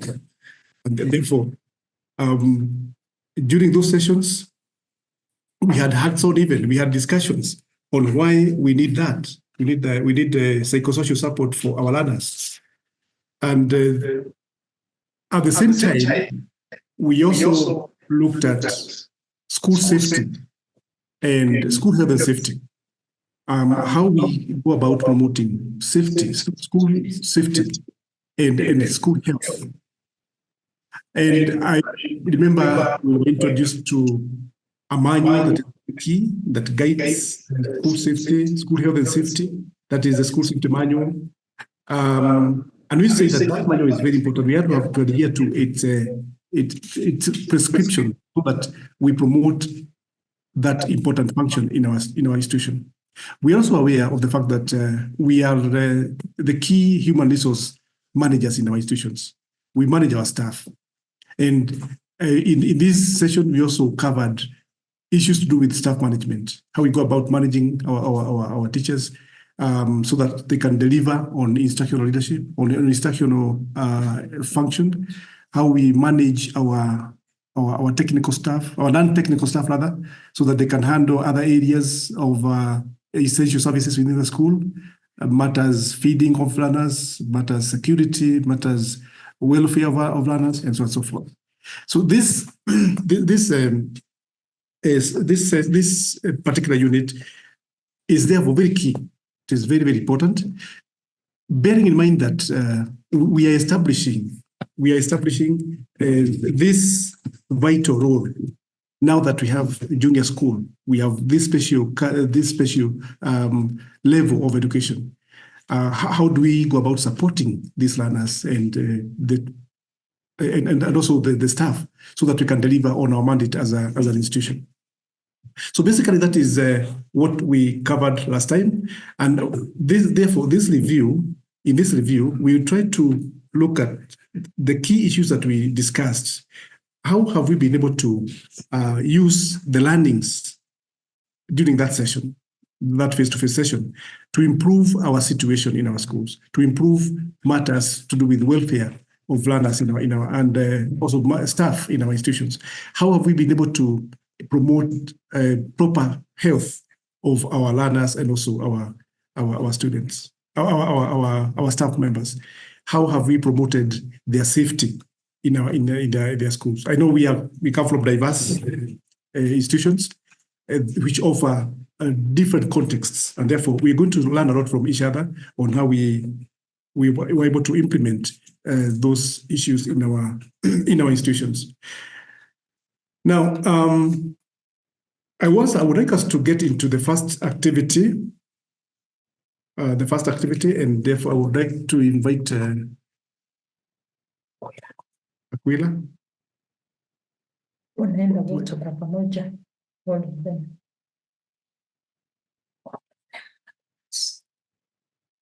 Okay.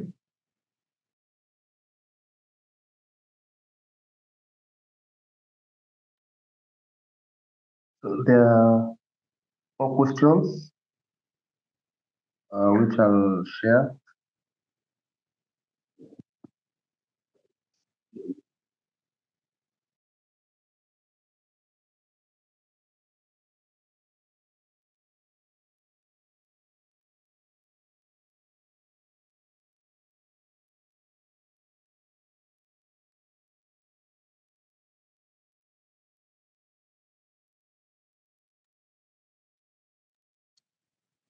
If you can see the question, please say yes on the chat.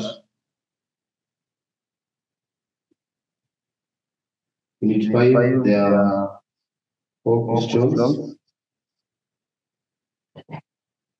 And then 4 groups. Group 1 will do question 1, 2, question 2, 3, question 3, group 4, question 4.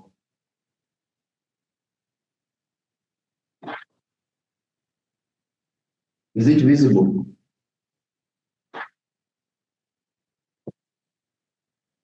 Also share the chat.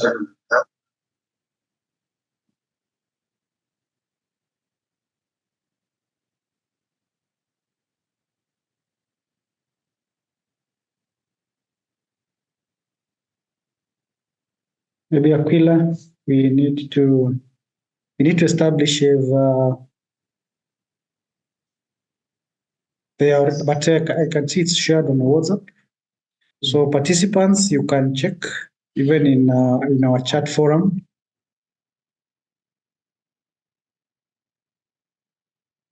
In our chat forum, you can see the group work that has been shared for Unit 5 and what each of the groups is supposed to be doing, Group 1, Group 2, Group 3, and Group 4.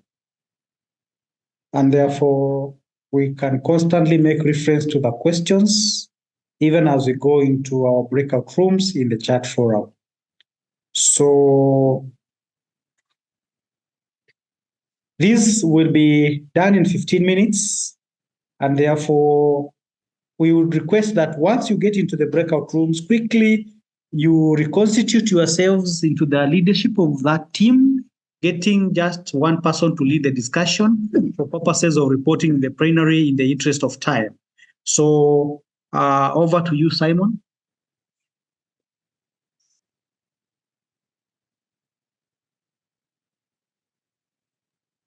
Creating the groups.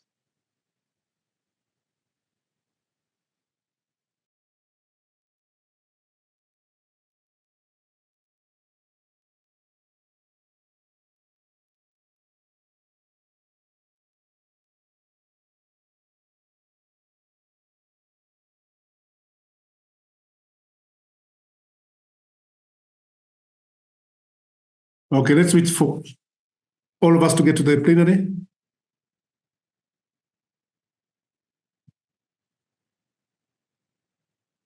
Okay, I can see we are the number is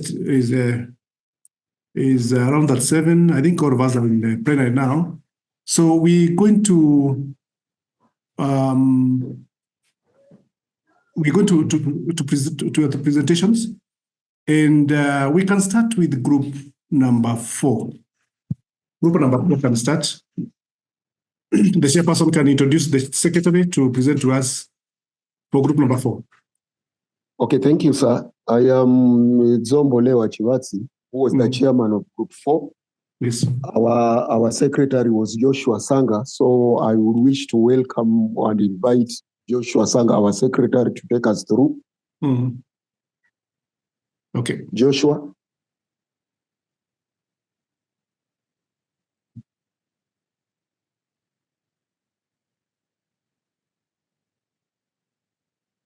Joshua Sanga. Unmute. Joshua, there's a prompt. Mute. Can I go on? Yeah, Joshua Sanga. Yes, sir. Yeah, go ahead. Go ahead. So our question was, how can you as a school leader effectively empower and support school staff to enhance collaboration, professional development, and so on? So in collaboration, encourage staff to observe each other in class while teaching, and also share their best practices and providing constructive feedback.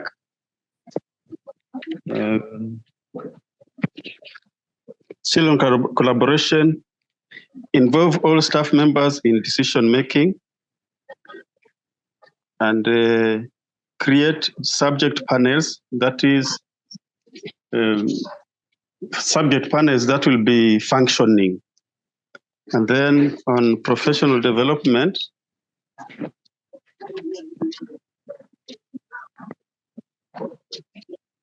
can provide retooling courses, also sensitize staff in matters concerning the school, and also encourage them to go for further studies. Job satisfaction.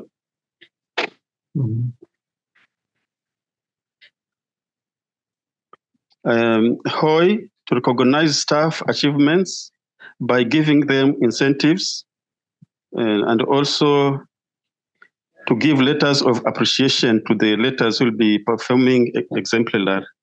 Those were the few points that we had. Thank you. Okay. You are tackling just collaboration?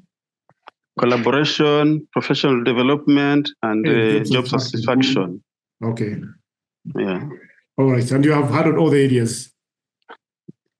We have just touched about all the areas, yes. All right. All right. Other members, even members of the same group, do you have additional points and that you'd wish to be included in the discussion? Yes, I can see there is one. You're already clapping. They are not yet done. They are not yet done. Let's have a discussion. Other group members, you can chip in. Job satisfaction. You can chip in. Because we are talking about practice, what we are doing in our schools. Yes. Yes, what we are doing in our schools. How are we encouraging collaboration? How are we encouraging professional development? You know, what are we doing to promote job satisfaction? Knowing what we are dealing with in our junior schools. How are you promoting job satisfaction? Any good practice that we'd wish to share? In one of us?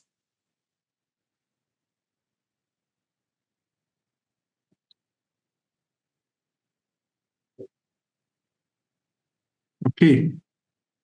Okay. I just want to mention that that, for example, enhancing job satisfaction can be even as simple as, like what I heard from some teachers in Garissa, paying bus fare for a teacher to get to their home after schools have closed. It's not. It must not necessarily be such a grand undertaking. It can be a simple gesture of encouraging your teachers, even going by knowing where they are economically. Just doing something small to encourage to enhance their economic status, enhance, maybe starting a lunch program for the teachers. Can work in enhancing job satisfaction. Issues to do with professional development are also key in your role as school heads. They are also very key. For instance, you can set aside some resources to take care of your learners, of your staff. You know, as we know, Utenge Rasilimali, set aside some funds to take care of their professional development. Encourage them even to undertake courses online because they're there. It's just a matter of establishing where they are to be found and exposing them to such. So there are things. These are things that you can do. These are strategies that you can undertake in your school, and you, by so doing, you enhance the way your teachers collaborate, the way your teachers view each other, the way they feel about their job, and even the way they move on in terms of their career advancement through professional development, enhancing their performance at work. Thank you so much. Thank you so much. Let us clap for group number 4. Yeah, taking them out for a retreat. Yeah, taking them out for a retreat. That's Joshua Sanga. Even a retreat and even a treat. If you can call it. Thank you. Yes. So let's clap for them. Kazungu naona mwapigia makofi ya kilo. Good work from Evelyn on the chat. Ali Mapenzi, asante sana. Asante sana, Frida Katunda. Yes, I can see guys are getting now, getting to know how to use. Guys, Salim anawawivu, anawaambia kwa heri. It's okay. Let's hear from group number 1. I'll be a bit. I'll stagger the presentation. Group number 1. Yes, I'm the secretary to group 1. That is Frida Katunda. Oh, Frida. Okay, go ahead, Frida. Yes, we were working on challenges that may impact the well-being of learners. So we came up with the following points: inadequate infrastructure, crowded class, which may result to crowded classrooms. Lack of teaching learning materials. Also, early marriages may impact their well-being at school. Also, the social status of their parents at home may bring some impact to their learning at school. Long distance from where they come from or from home. Next, onset of puberty or stroke peer pressure may also bring some impact to their welfare, well-being at school. Another point is student-teacher relationship and also teacher shortages in school. That's what we came up with. Thank you. Thank you, Frida. Thank you, Frida, for that presentation on behalf of your group. Any additional points that may be emanating from other members, other colleagues? Challenges impacting on learners in your junior school. Other challenges that you may be thinking of that were not mentioned?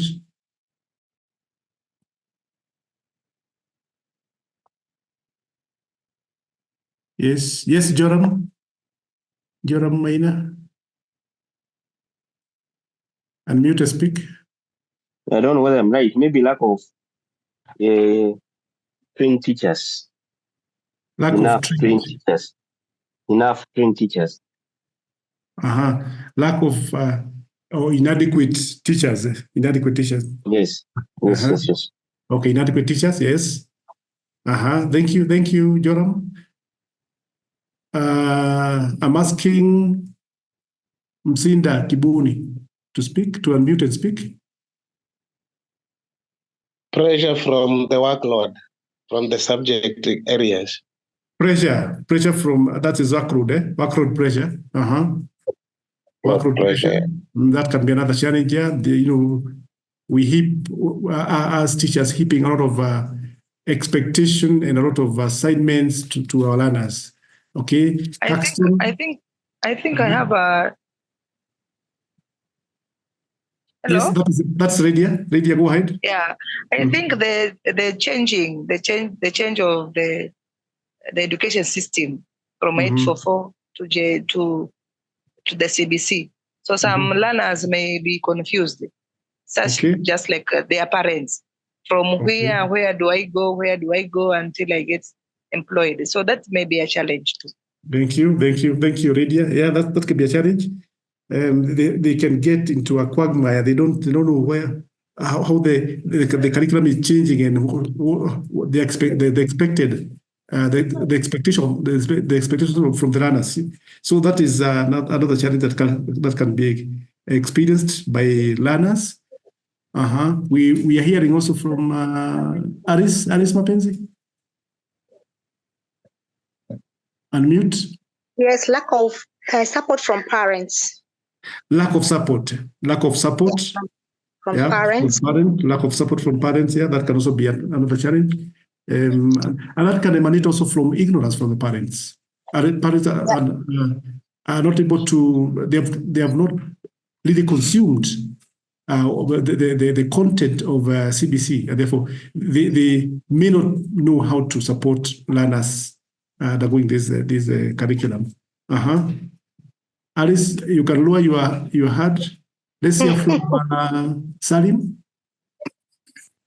Well, what I've seen is there's a misconception either among the parents through the pupils about the whole system of CBC.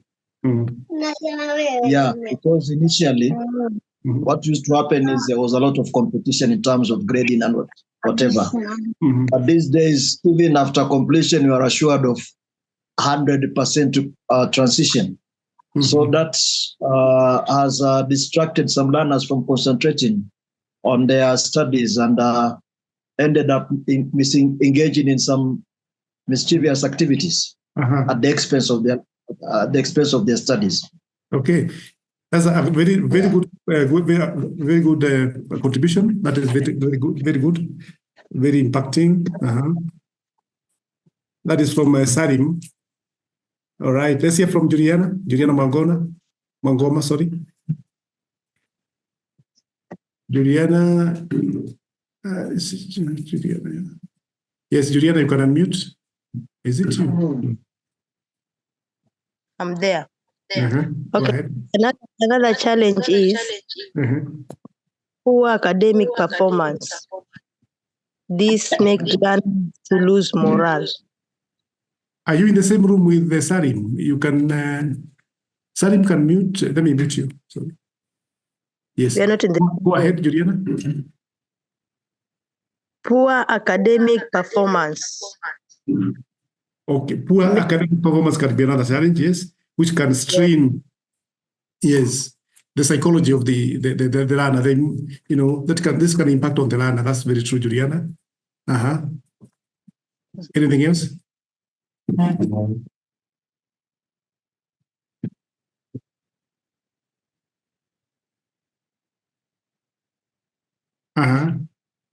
Yes, Hassan. Yes. Yes, we can have some unrealistic demands from both teachers and parents. Unrealistic demands on the learners. Yes, from both parents and teachers. Okay. Yeah, that is true. That is true, which can cause us a lot of strain on the learner. Yes. That's great. Juliana, you still have another point, or you done?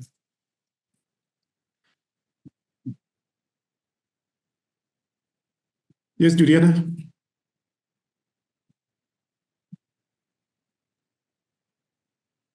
I'm okay.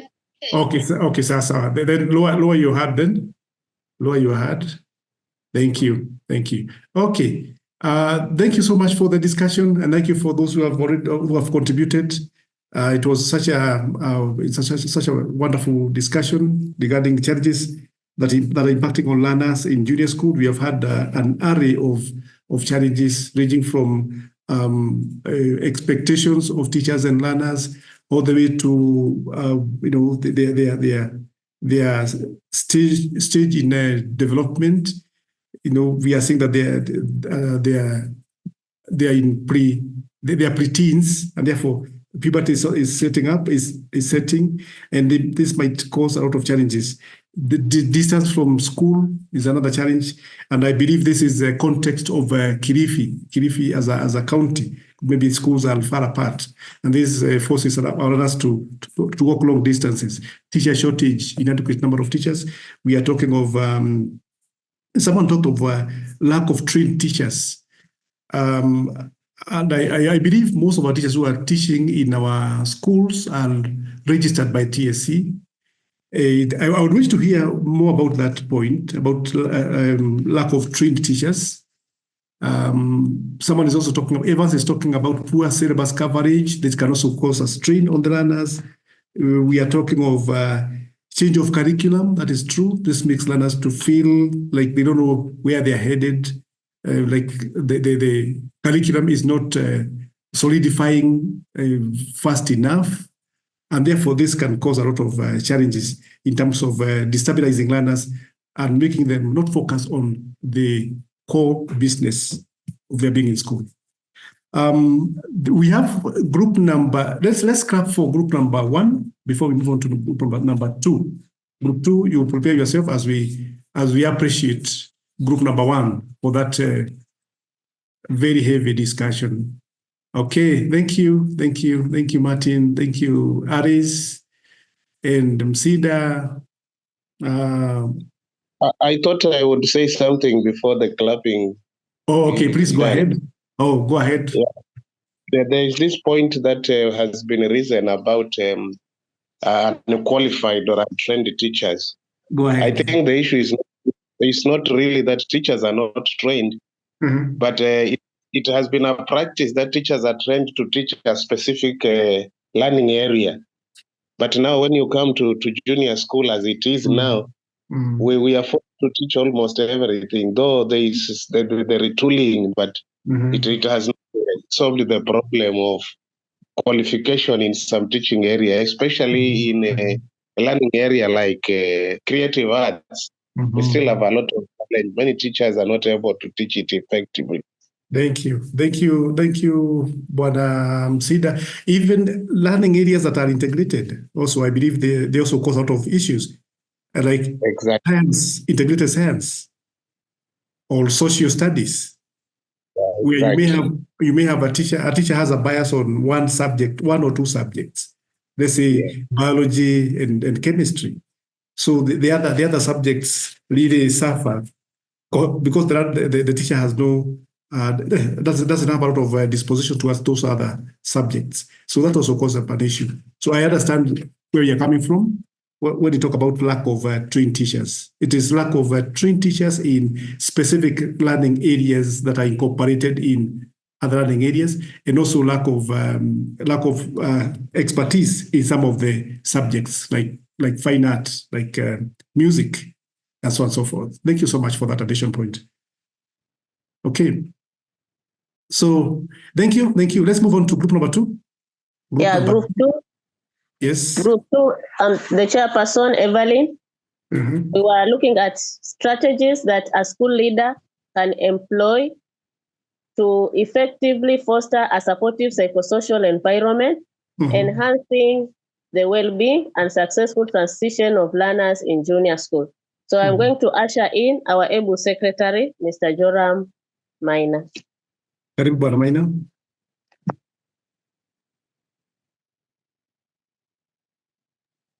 These are the strategies. Number 1, about safety and health. We talked about school fence. Also talked about having a watchman or a security person to ensure the security in the school. We talked about coming up with the deworming programs, hand washing point, lunch or feeding program, provision of clean and safe water, adapted latrines to take care of learners with disability. We talked about social health. We talked about guidance and counseling. We talked about parental involvement. involving learners in co-curricular activities. We talked about giving motivation to learners. Adaptive classroom, to take care of SNE learners where classroom have ramps. Risk management policy, where we talked about to have fire extinguisher, fire assembly, and also we can invite, we could also be having fire drills in our schools. Yes. Sensitizing community on well-being of nutrition, provision of spiritual guidance, provision of role modeling, and provision of adequate sanitation. And finally, we talked about having a suggestion box. Thank you. Okay. Thank you, Brother Joram. Thank you, Brother Joram. I listened into that group. I was a very active participant, very active listener in that group, and I can attest to the fact that those are the points that they raised in that group. But it was a very heated discussion. I had in the group, I had you discuss about a strategy that you have not mentioned. That is, was it sex education? And yes. Yeah, you've not mentioned it. Yet someone may raise the issue of early pregnancies and early marriages. Exactly. I think there's an oversight. He didn't note it down, but there was provision of sex education to address the issue of early pregnancies amongst the learners. Yeah. Okay. That's a very important point. And I also wondering. Computer error. Okay. Yes. Thank you. I was wondering, being in a coastal county, do you experience issues of beach boys that may distract learners from school, that may cause, lack of well-being? And how do you address such issues? Chairman, please take over. Issues of drugs and drug abuse.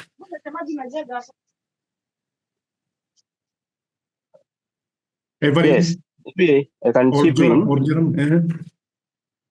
The issue of drug and drug abuse is rampant in coast, especially the cannabis sativa, muguka. This is really an issue in the coast region.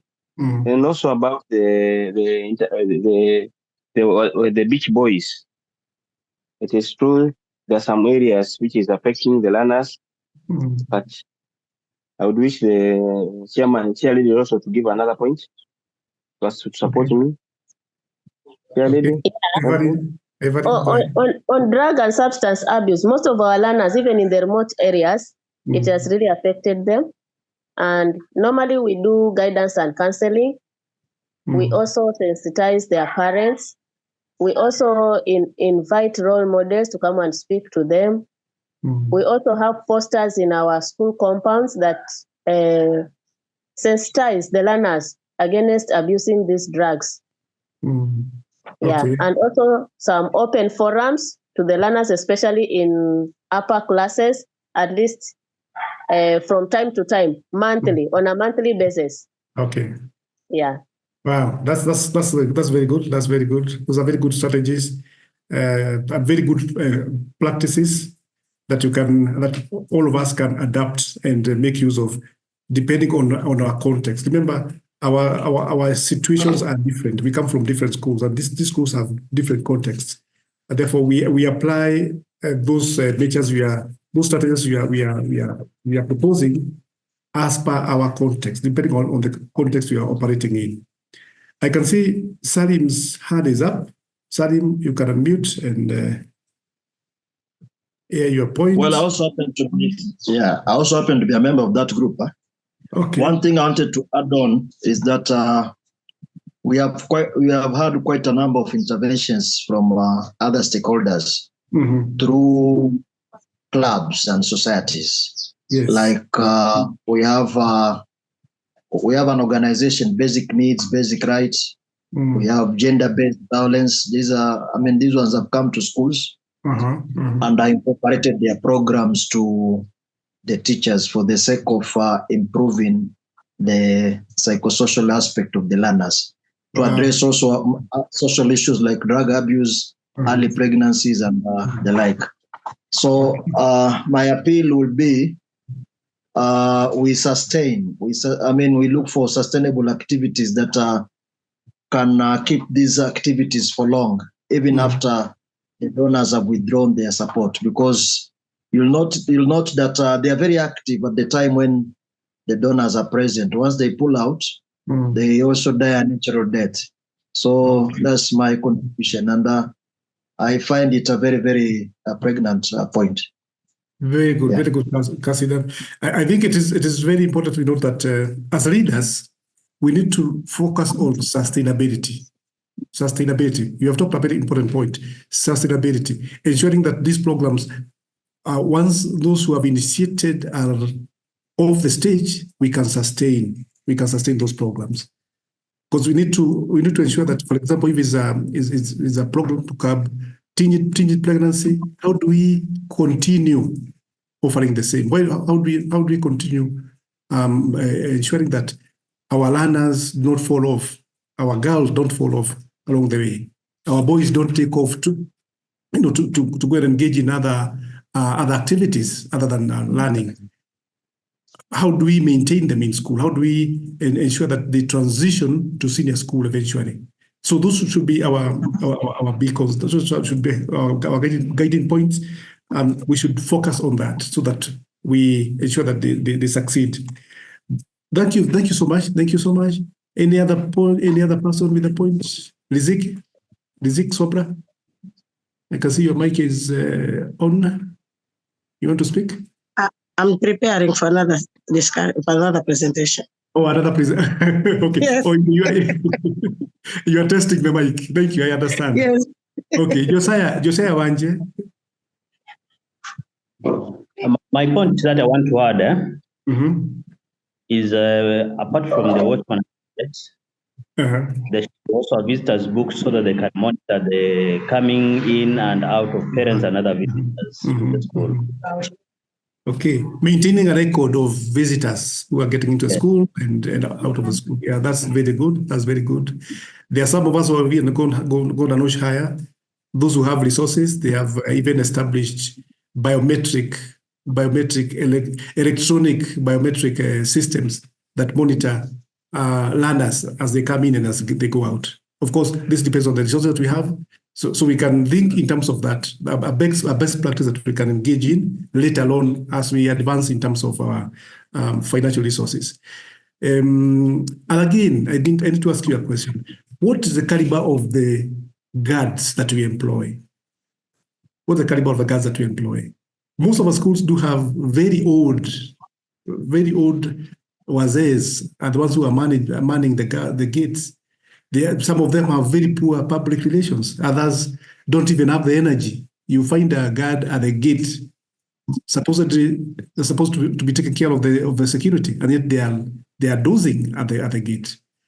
So we need to focus on even the person that we are engaging, so that we employ someone who will deliver on the function that we want them to deliver. Okay. Kazungu Ngua, I can see your mic is on. Hoping you're not also testing the mic. Kazungu, you want to speak?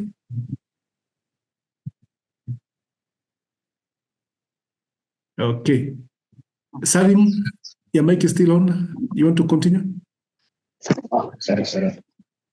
All right. Any other point from for group 2 that you need to add?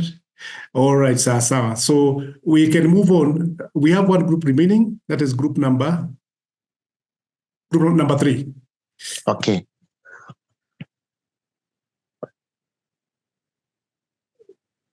I'm the chair of group number 3. That is Newton Mwangata. Yeah. Newton Mwangata. My name is Newton Mwangata, the chair of group 3. Go ahead. Let me usher in my secretary, Madam Riziki Swabra from Jorimo, to take us through. Welcome, Madam. Madam Riziki. I can see your mic is already on. My question was, our question was a bit long. Uh-huh. And I've not taken it. I'm just having the last bit of the question. Okay, It is on Madam Sarah. Madam Sarah. Yes, Madam Sarah. Yes. You're off. I'm not off. Okay. Okay. I'm saying I don't have the question with me. Okay, let me read the question for you. Yes, Let me read the question for you. Thank you. Sahara, the new head of institution at Mazuri Junior School, discovers that the new school building is in poor condition, suffering from inadequate ventilation and insufficient toilet facilities. Additionally, there is a notable lack of consistent adherence to health protocols, including hand washing and sanitation practices among students and staff. So the question is, what immediate steps can Sahara take to address the critical health and safety issues at Mazuri Junior School? Thank you, sir. So this is what we have gathered. The first step, Sarah should conduct a need assessment of the school resources, because we can realize that there's a number of challenges in that school. So conduct a need assessment as the first step. Then after conducting the needs assessment, Madam Sarah will make a budget. Then point 3, she'll call the BOM meeting, BOM members, and inform them of the challenges. And in that meeting, they are going to prioritize the most critical needs. Then inform other stakeholders. Then source for funds. The stakeholders will also assist in sourcing for funds. Then after that, we decided to start with the construction of the new toilets because it is essential. Then procurement of hand washing kits. Then address the issue of inadequate ventilation by increasing the number of windows. Come again, the last one. Pardon? Come again in the last point that you delivered. Inadequate ventilation can be addressed by adding by increasing the number of windows. Oh, inadequate ventilation. Okay, I get you now. I get you. That is what we have covered. That is all, eh? Yes. Okay, Sasa. That's a good discussion. I was just wondering, between BOM meeting and budgeting, what comes first? The budget. The budget comes first. Yes. Before you discuss with the BOM, I don't maybe. My secretary through the chair. Yes, go ahead. Go ahead, Newton. It is the BOM meeting when we are going to discuss the budget. Yeah. Okay, so you come up with the budget first. No, we sit with the BOM members. Then we make a budget for the school on the needs, according to based on the needs of the school, according to the scenario of Madam Sarah. Okay. Yeah. Okay. I thought you meet first, you discuss, you come up with you identify the areas of improvement, then you budget for them. Exactly. Yeah, that's it. It's a back and forth process anyway. It's a back and forth. Because eventually, even after you do the budget, you must sit as a BOM and approve that budget.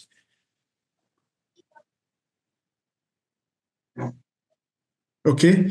Any other additional points from members of the same group or other members, other members from other groups?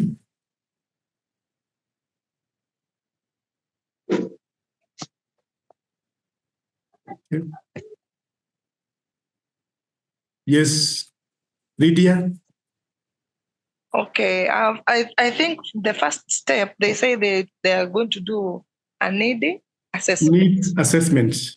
Yes, so after the need assessment, they have to report back because the situation is ongoing. So Madam Sarah has to sit with the teachers, discuss. Then after sitting with the teachers and the pupils, then report back to the BOM. Before she can sit and budget and then we present the budget again to the BOM. So reporting is very important. Reporting, yeah. Reporting is very important, Lydia. That's very good. Okay, thank you. Okay. Let's hear from Joram.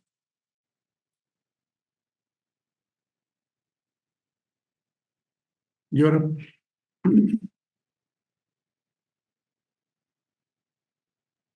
Hello. Yes. Hello. You can get me, sir. Yeah, we can get you. We can get you. I want to add something on the question about insufficient toilet, health protocols. I think they should have a health club.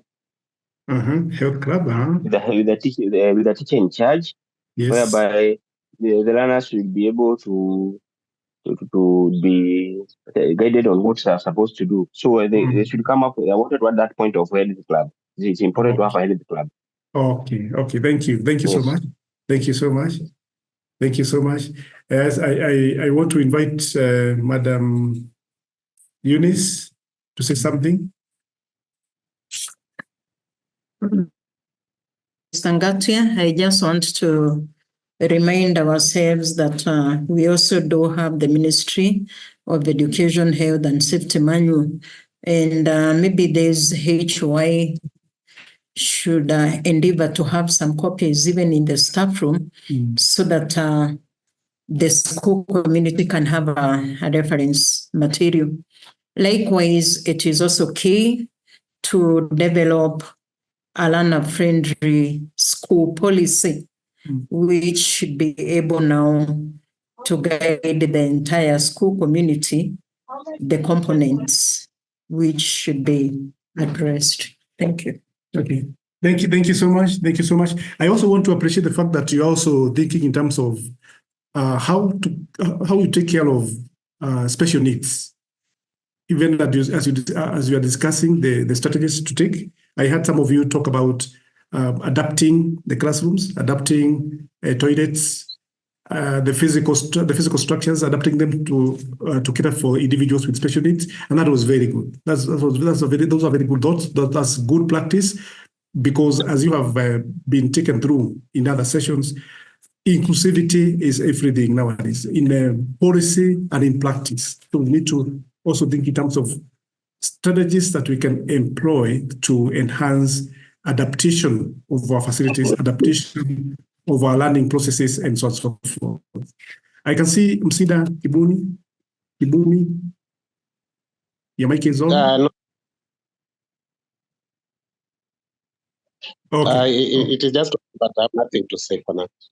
Sorry? I'm saying I have nothing to add for now. Okay, Sawa. Thank you. I've really enjoyed that session. You've come up with impacting points, and I hope that you go ahead and practice in your various institutions.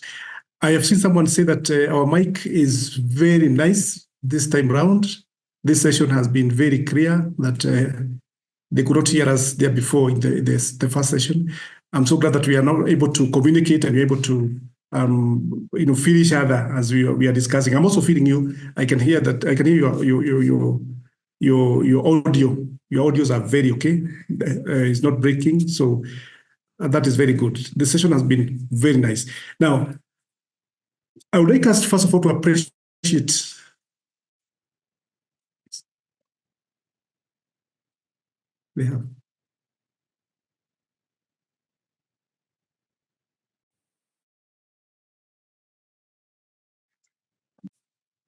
So,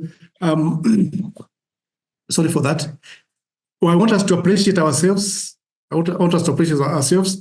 I want us to adapt to the one for the visually impaired. No, hearing impaired. Yes. Hearing impaired. So I want you to put on your cameras, and you do the one for hearing impaired. Okay. I'm with my sister here. Can put on your cameras, and we appreciate. Yes. Thank you. Thank you all of us. I appreciate all of us. Thank you so much. Thank you. Asanteni sana. Good. Now, as we come to the end of our session, I want us to go through a very important session, and that is a review of the extended learning activity. Now, in this activity, we were supposed to upload an image of a plan. We are supposed to prepare a one-term psychosocial support plan for learners and staff in the school, okay, indicating the role of a school leader in the plan. How are you going to participate in enhancing psychosocial support in your school? What are you planning? What activities are you planning to engage in order to help to assist in psychosocial support in your institution? So we are supposed to upload an image of the plan in the section provided in the LMS, so that this forms part of your e-portfolio. And as we said earlier on in our previous discussion, the discussion, I mean the artifact, because in this case the image is your artifact. The image should be accompanied by some explanation, some kind of reflection about that plan, how maybe you intend to utilize it, how you're going to effect the proposals within the plan so that it becomes effective. So that is the extended learning activity. And I would want to invite Mr. Kisilu to explain to us in brief how we are going to, you've removed the name? Yes, I would like you to share, Mr. Kisilu. Are you sharing? Yes, I've shared. Yes, yeah, we share with us the extended learning activity, a sample of the psychosocial plan, and explain to us briefly what you might want to see in the plan.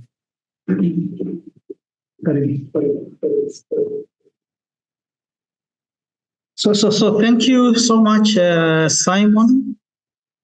Thank you, Simon, for that wonderful session, teacher and learner welfare. And now, as we pointed out during our previous session, led by Madam Bugambi, we agreed to the fact that we, at least for cohort 2, we need to produce very quality work in terms of our e-portfolio submissions.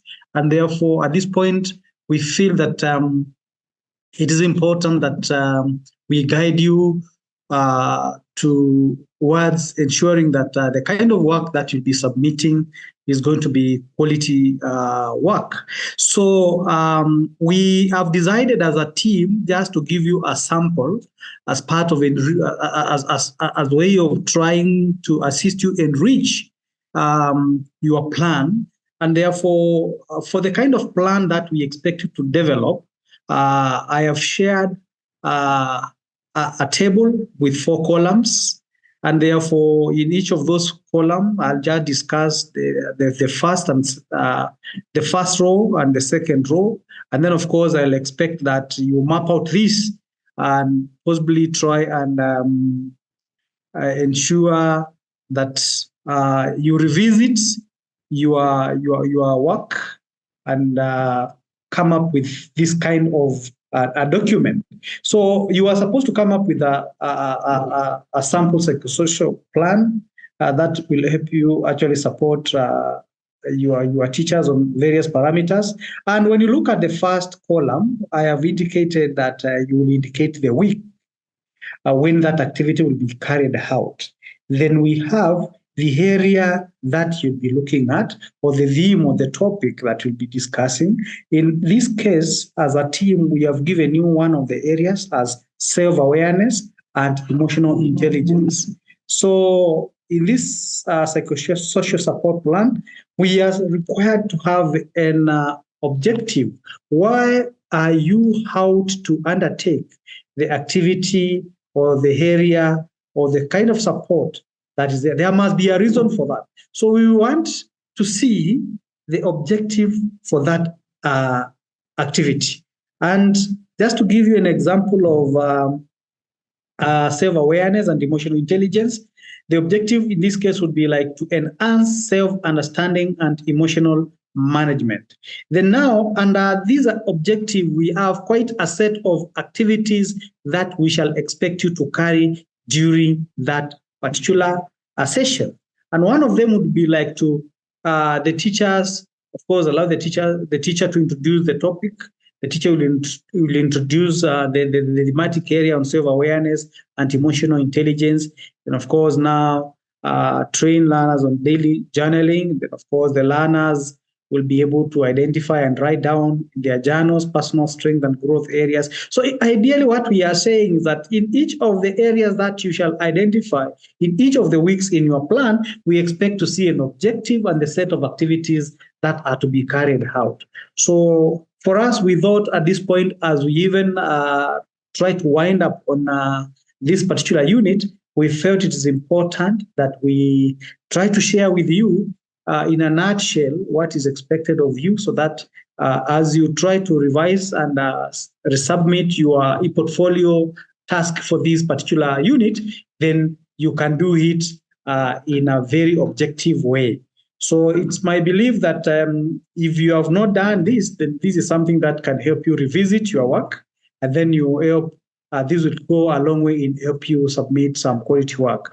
So Simon, I think this is what we wanted to share with the team in terms of trying to refocus their thinking on the kind of plan that we expect them to submit for their e-portfolio task and the extended learning activity for Unit 5. Over to you, Simon. Thank you, Mr. Katero, for that elaboration. I think now we are up to speed on what you're supposed to work on in our extended learning activity. I can see Lydia has a point. Yes, and it's a point, but I'm just asking.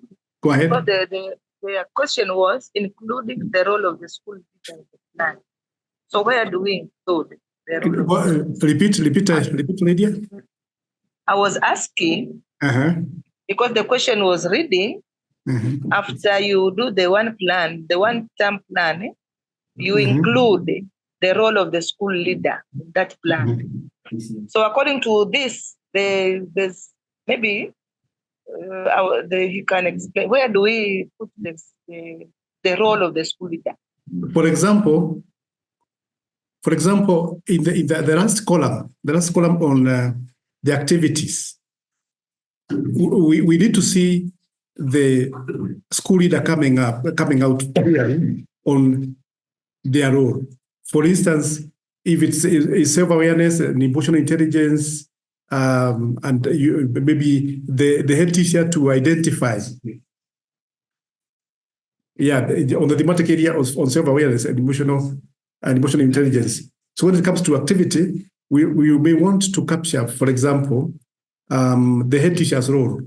Maybe the head teacher identifies a teacher to deliver a talk on self-awareness, or the head teacher maybe approaches or facilitates a counselor to come and talk to the learners on self-awareness and emotional intelligence.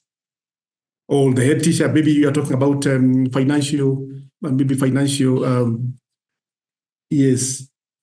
Yeah. So and again, there is also the reflective bit, the reflection bit of the assignment. So as you reflect on that artifact, then you can show how you're going to benefit from that, and that should come out very clearly.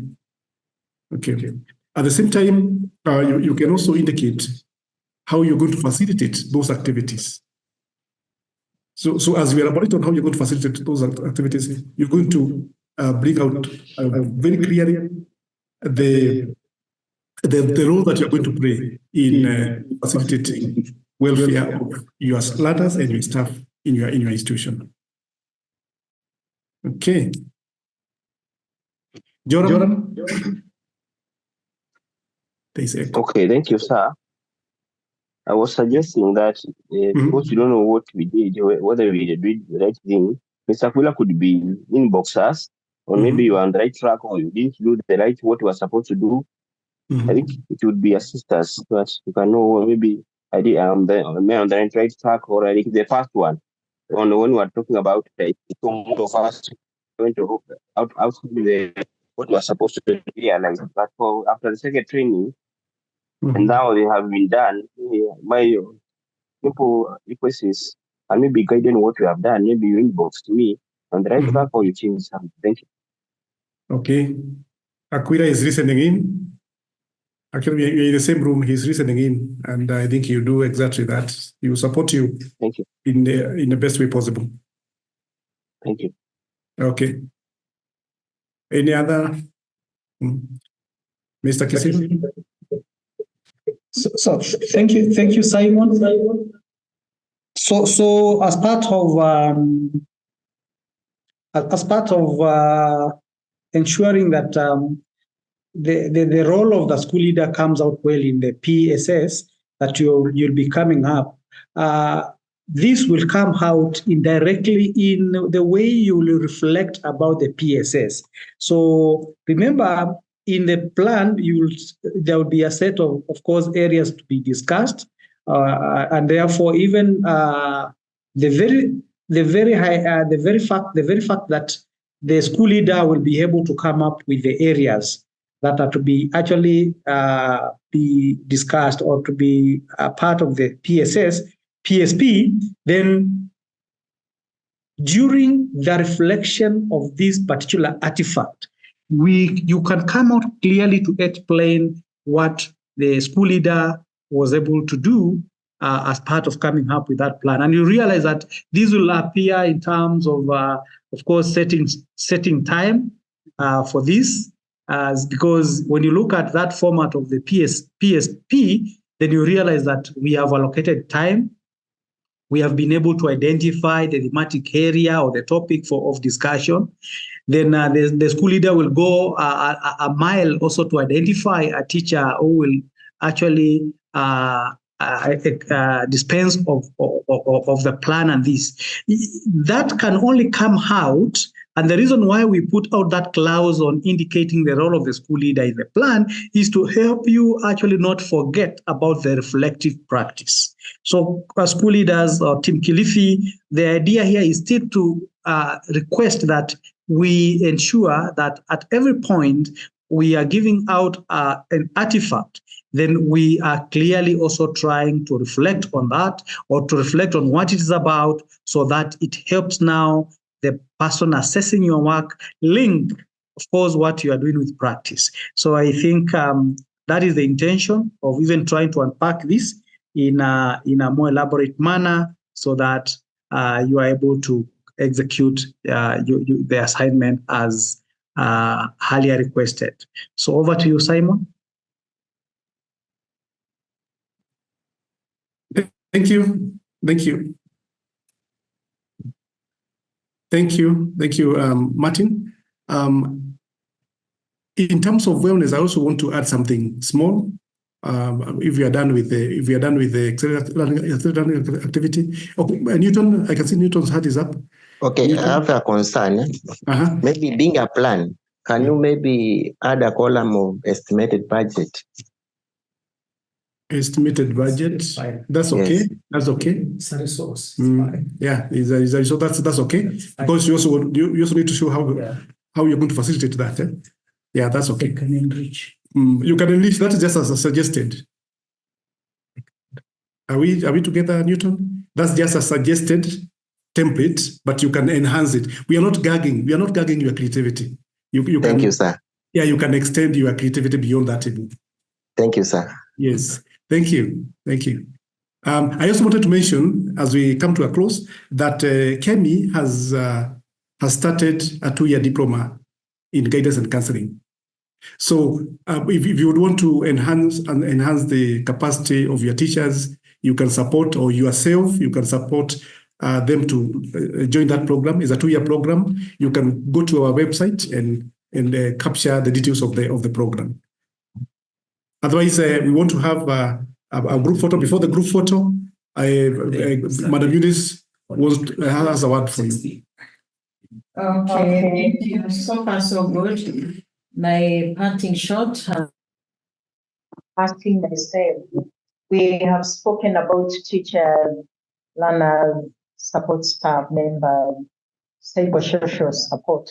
You as a HY who is supporting you, kindly as we continue working, let us also remember to take care of ourselves. Let us have work-life balance so that we can also seek for attention elsewhere. Good afternoon. Okay, thank you. We also have a word from Mr. Kithiru. Thank you so much, our team leader, Simon. And as we break for our, thank you, Simon. And as we break for our sessions today, I would like to maybe make some announcements regarding, of course, the progress that we are making so far, even as a team. So I want to report that as at now, we have 6 of us who are not yet able to complete, who have not yet completed this online self-paced learning. And it is our hope that by the time we are meeting tomorrow at 2, then we will be done. So we want to encourage the 6 of us. When we share the updates in our wall, then you'll be able to see the 6. And I would request that even as we wind up, we still find time in our in our very busy schedules to complete. So we are now at 90%, and I am kindly requesting that as we reconvene tomorrow, then we complete. Then in the survey, only 29 out of the 6 of us in class in Team KILIFI have actually been able to do the survey. So we are also requesting that this survey is open, and we would like to see at least that these numbers have actually go up. So we expect at least the survey to be done by all of us. So only half have managed to do this, and therefore our expectation is that we also complete the survey. So those are the announcements that I wanted us to make. And to remind you that tomorrow we are not meeting at 9. I want to make constant reference to our program tomorrow. We will go to church, those who go to church. Then at 2, we reconvene, and after lunch, our sessions will begin at 2, and we will be expecting to wind up even our program for Court 2 training by 5:30 tomorrow. So thank you very much for finding time to be with us today. And therefore, I want to hand over the program back to our team leader. Okay, thank you. Thank you. We are going to put down the presentation. I don't know who has it. Aquila, you have the presentation, put it down. We would want to take a group photo. Before that, I need to announce the attendance. We had in the morning session we had 39 of us attending out of 60. Mid-morning we had 43 out of 60. So the attendance improved. So we wish that tomorrow, let us give our colleagues a wake-up call, those who did not attend today, so that tomorrow at 2 will be all be in attendance. Otherwise, let's light up our videos and take a group photo. Aquila will lead us in taking them, and then you'll have a prayer, and we close for the day. Let's open up our videos.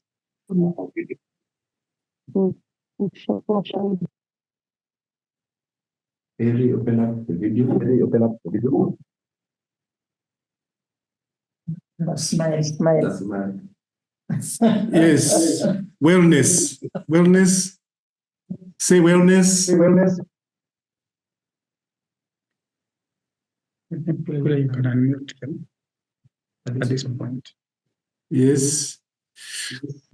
You can allow your camera to.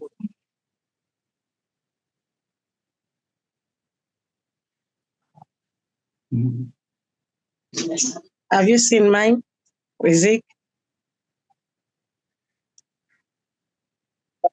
Yes, Mary Kalisa. I was being taken.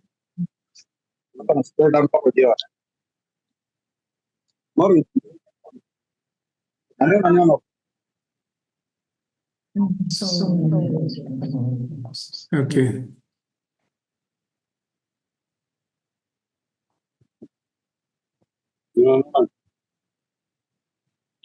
Allow your camera to take photo.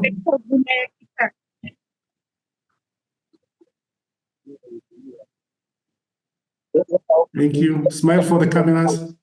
Smile for the cameras. Consultants, events, evaluate not taken. Those again. Kazungu.